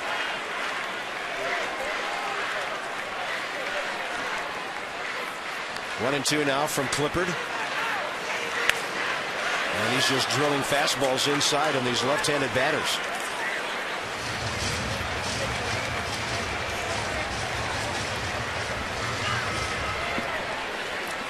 Dan Descalso waiting.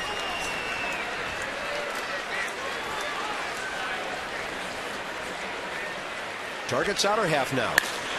That's in the air, left center. Roger Bernadina will yield to Nix, who is playing shallow.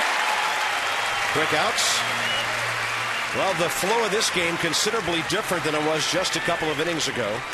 So our hand-cooked tires game flow feels a whole lot better. B1 with it, hand-cooked tires. Descalso 0 for 3.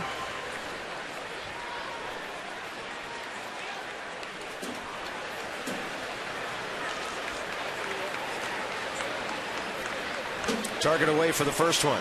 Does that mean changeup? Nope. That's infielder Mark Hamilton, left-handed batter, if the inning continues. The Nats would have to retire St. Louis in order the rest of the way for Albert Pujols not to bat one more time. Oh, you know he's going to hit. It just has to be that way. It's always that way. You know he's going to come up in the 9th inning. Abner Doubleday planned it that way, didn't he? He did. It always happens that way.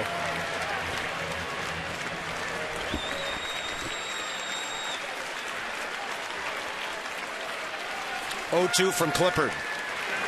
Bang with a fastball upstairs. Tyler Clippard continues his untouchable pitching. This ball game into the bottom of the 8th. Zimmerman coming up, and the Nats lead by 2.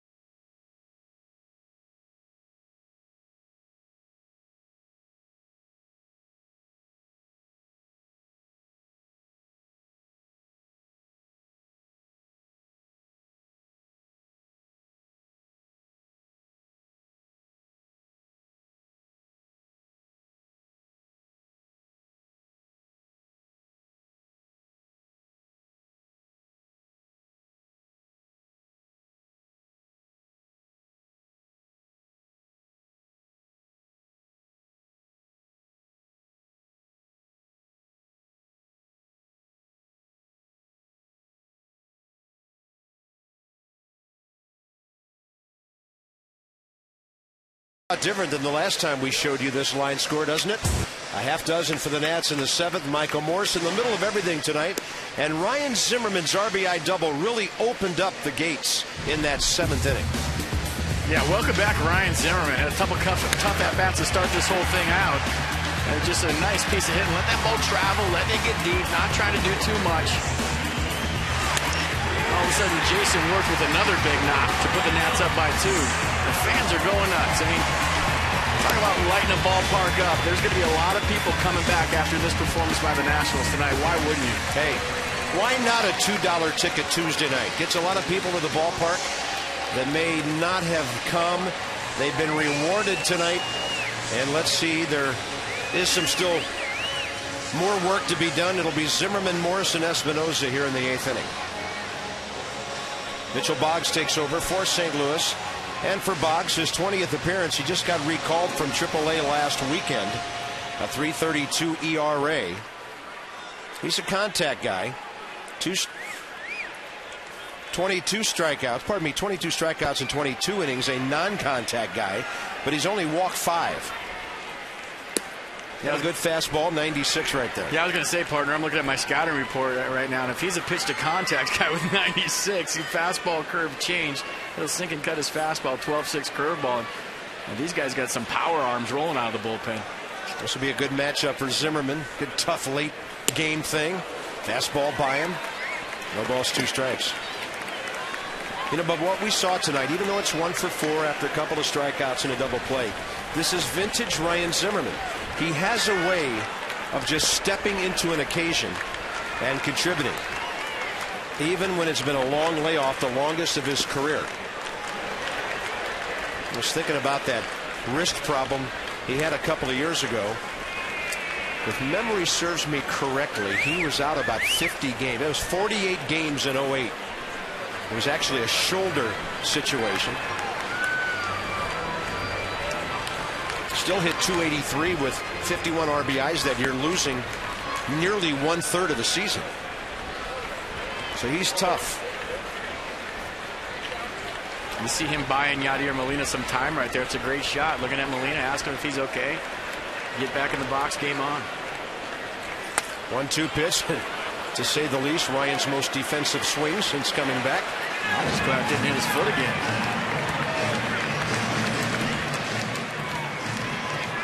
Michael Morse made contact on an RBI ground ball during that inning.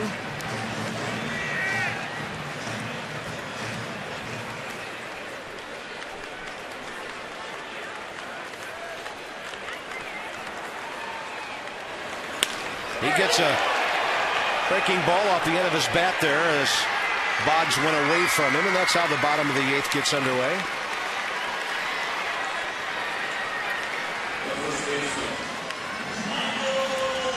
Next up, Michael Morse, who's had another good night. Mike's 2 for 4 with his 28th RBI in his last 35th game and 37 on the year. And a couple runs scored and an RBI. A little ground out to shortstop his last time up. A big RBI in this baseball game. Come and join us tomorrow night. Matchup will be Livan Hernandez against Kyle McClellan, who's become a pretty good starter for them. Former relief guy. He's 6-2 in 10 starts.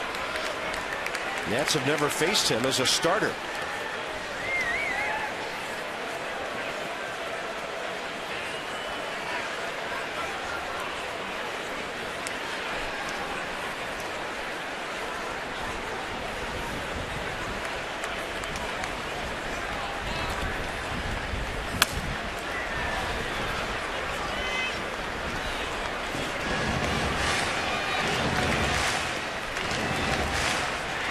So Morse with his 2 for 4 tonight, getting his batting average back up to .304.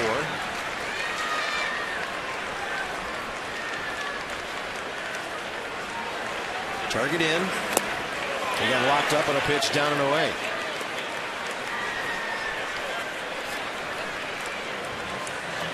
And not a whole lot at the time to make up your mind when you got 95 borne away from you. Michael Morse has been very aggressive lately.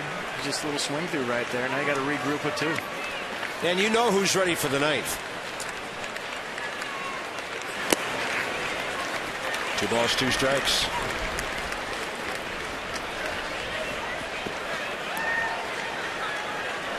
Danny Espinosa will be up again. Danny's had a 3-hit night with a run and his 36th RBI.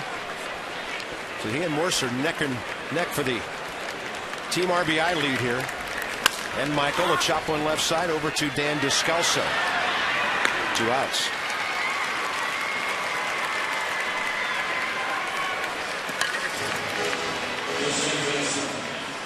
Here comes Danny. 2 for 3 right-handed against Garcia. And then a left-handed base hit last time up the middle against Batista for the RBI. Average up to 222.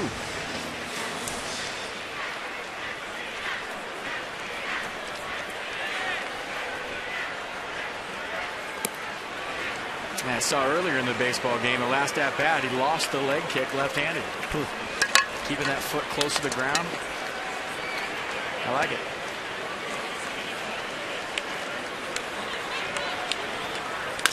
Espinosa up the middle, and it is speared by Mitchell Boggs. St. Louis will pinch hit for him to start off the 9th. Nationals lead by 2, and Drew Storen is ready to come in.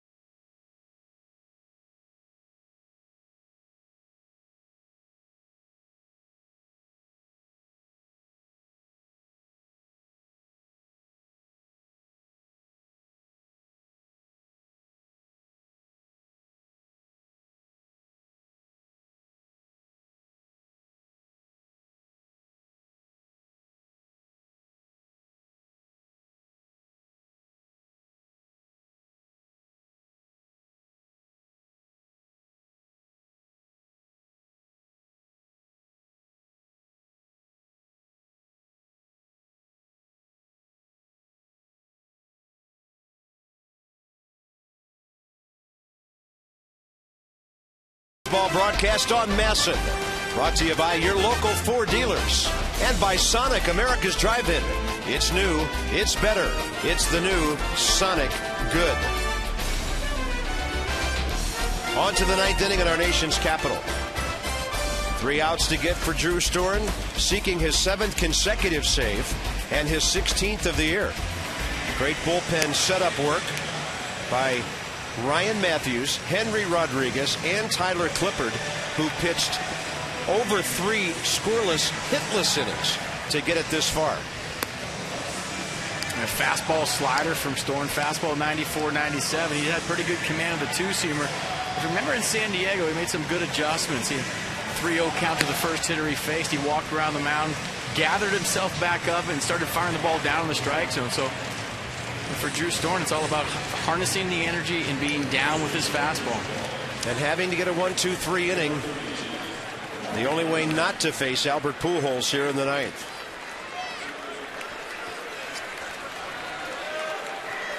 Mark Hamilton, 26-year-old infielder from Baltimore, by the way, originally.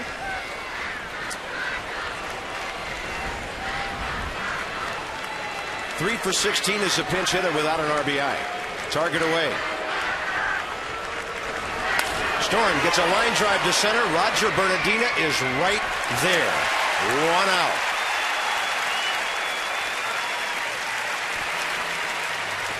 The time for our fourth drive of the game. And let's go back to that big 7th inning. Why not? Ryan Zimmerman, welcome back. A little double down the corner. So after a couple tough at-bats, he's back, folks. Ryan Zimmerman, that's our fourth drive of the game. Yep, got the Nats their first of 6 runs in that 7th inning. Top of the order now, Ryan Theriot. He'll be a tough out.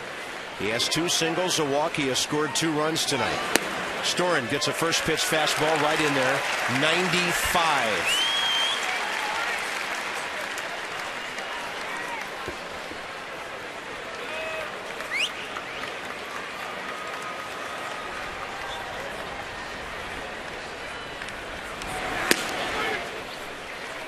Like Clippard, he's feeling it with the fastball today.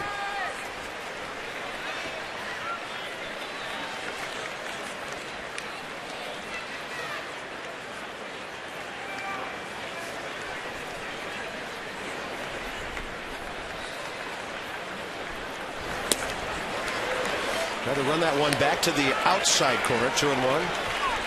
And of course, this is Theriot with Rasmus next, and then you know who in the hole. Probably hesitant to go to that slider yet, and Theriot a couple base hits tonight on off-speed pitches. Continues to go with the number 1. Figures, hey, I'd rather overpower this guy, have him hit it in the air somewhere, than take a little swing with a breaking ball and bump a base hit somewhere. Yeah, he did that in the first off Maya, curveball, 5th inning, same thing, same pitch from Maya. So all of a sudden they're showing him the fastball. The dugout very interested in this 9th inning. Oh, shake off right there. Let's see what he goes to. Slider missing low and away. Good ID by Theriot. That ball appeared to be a strike for an instant. Oh, even though that wasn't a strike, that's the good slider from Storen. And you saw the late break on it, the sharp break on it. We've seen him overthrow that a couple times on the last road trip. That was a good one. 3-2. Completely misses with the fastball and walks Theriot. And Ryan Theriot's on base for the 4th time tonight. And now, barring a double play, Pujols would bat, representing at least the tying run. And this is where, if you're Drew Storen, you have to be tunnel vision on the guy in the box, not that guy right there. Forget about him, because if you start worrying about him in the on-deck circle, you lose your focus on what you need to do with the guy in the batter's box right now. So a lot of times that's the threat of a good hitter like Pujols. You start to think about him before you should think about him. Yeah. Now you got to focus on this guy because he can swing the bat too.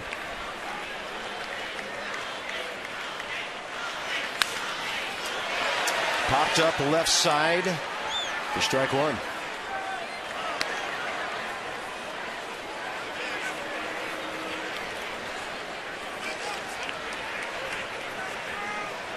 Colby Rasmus has had a good night with a base hit and a double.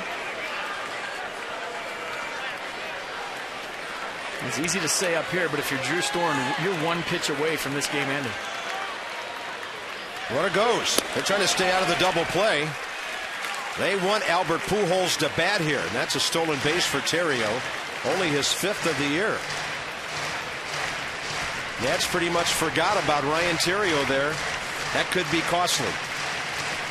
You might look at it as a brilliant move on the part of St. Louis, because now the only way a double play happens is a line drive at somebody.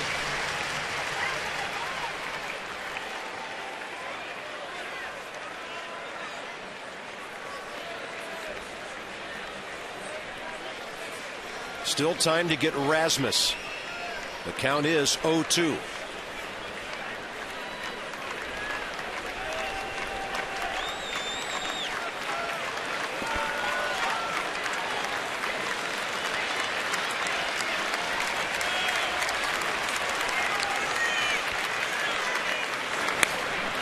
Slider right in on his hands. Good 0-2 pitch, good spot. You can repeat in there, you go two-seam fastball, the swing back that we've seen from him with 2 strikes, or you can go away. That opened up a lot of things for Drew Storen.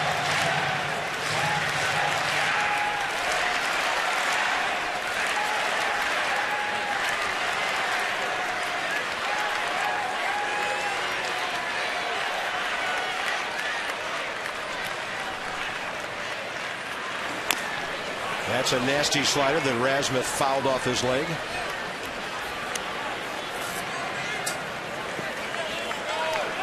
Getting started with a line drive out by Hamilton. A 3-2 pitch out of the zone to walk Theriot. He stole second after strike 1 to Rasmus. And it's still 0-2 with 1 out.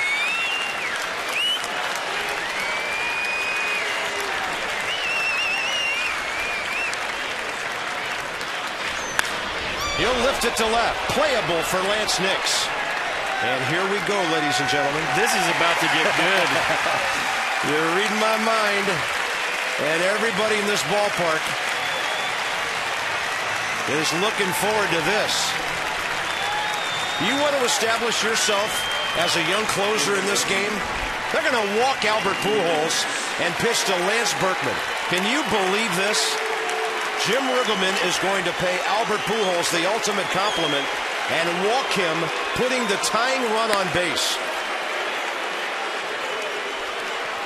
Well, this has happened before to Albert.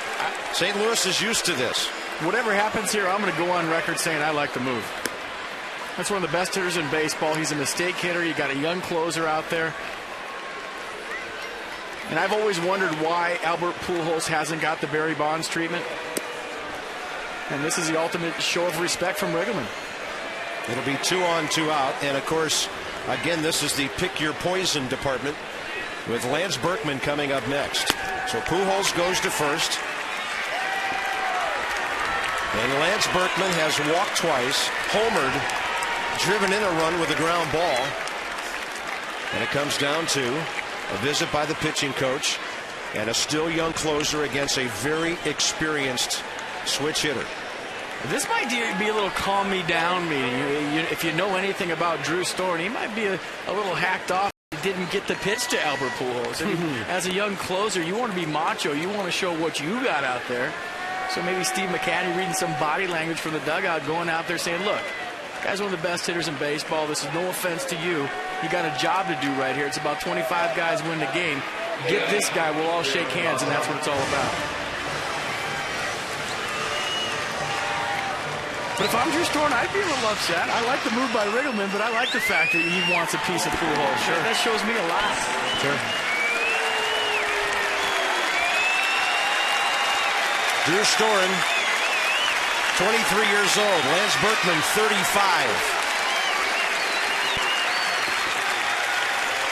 Denny Espinosa's on the right field grass. Morse is deep at first. First pitch, he swings and misses. On a fastball tailing outside. Well, tailing's an understatement. That ball disappeared. Check out the two-seam fastball right here. Watch the movement. Wow.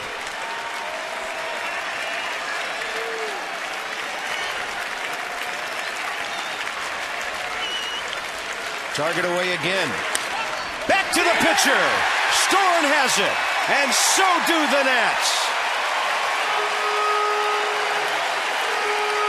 Second game in a row when Drew Storen gets the game-ending assist. And the Nationals with a very spirited come-from-behind 8-6 win. You know, we talk about it all the time, build on this game. Well, this is a character builder.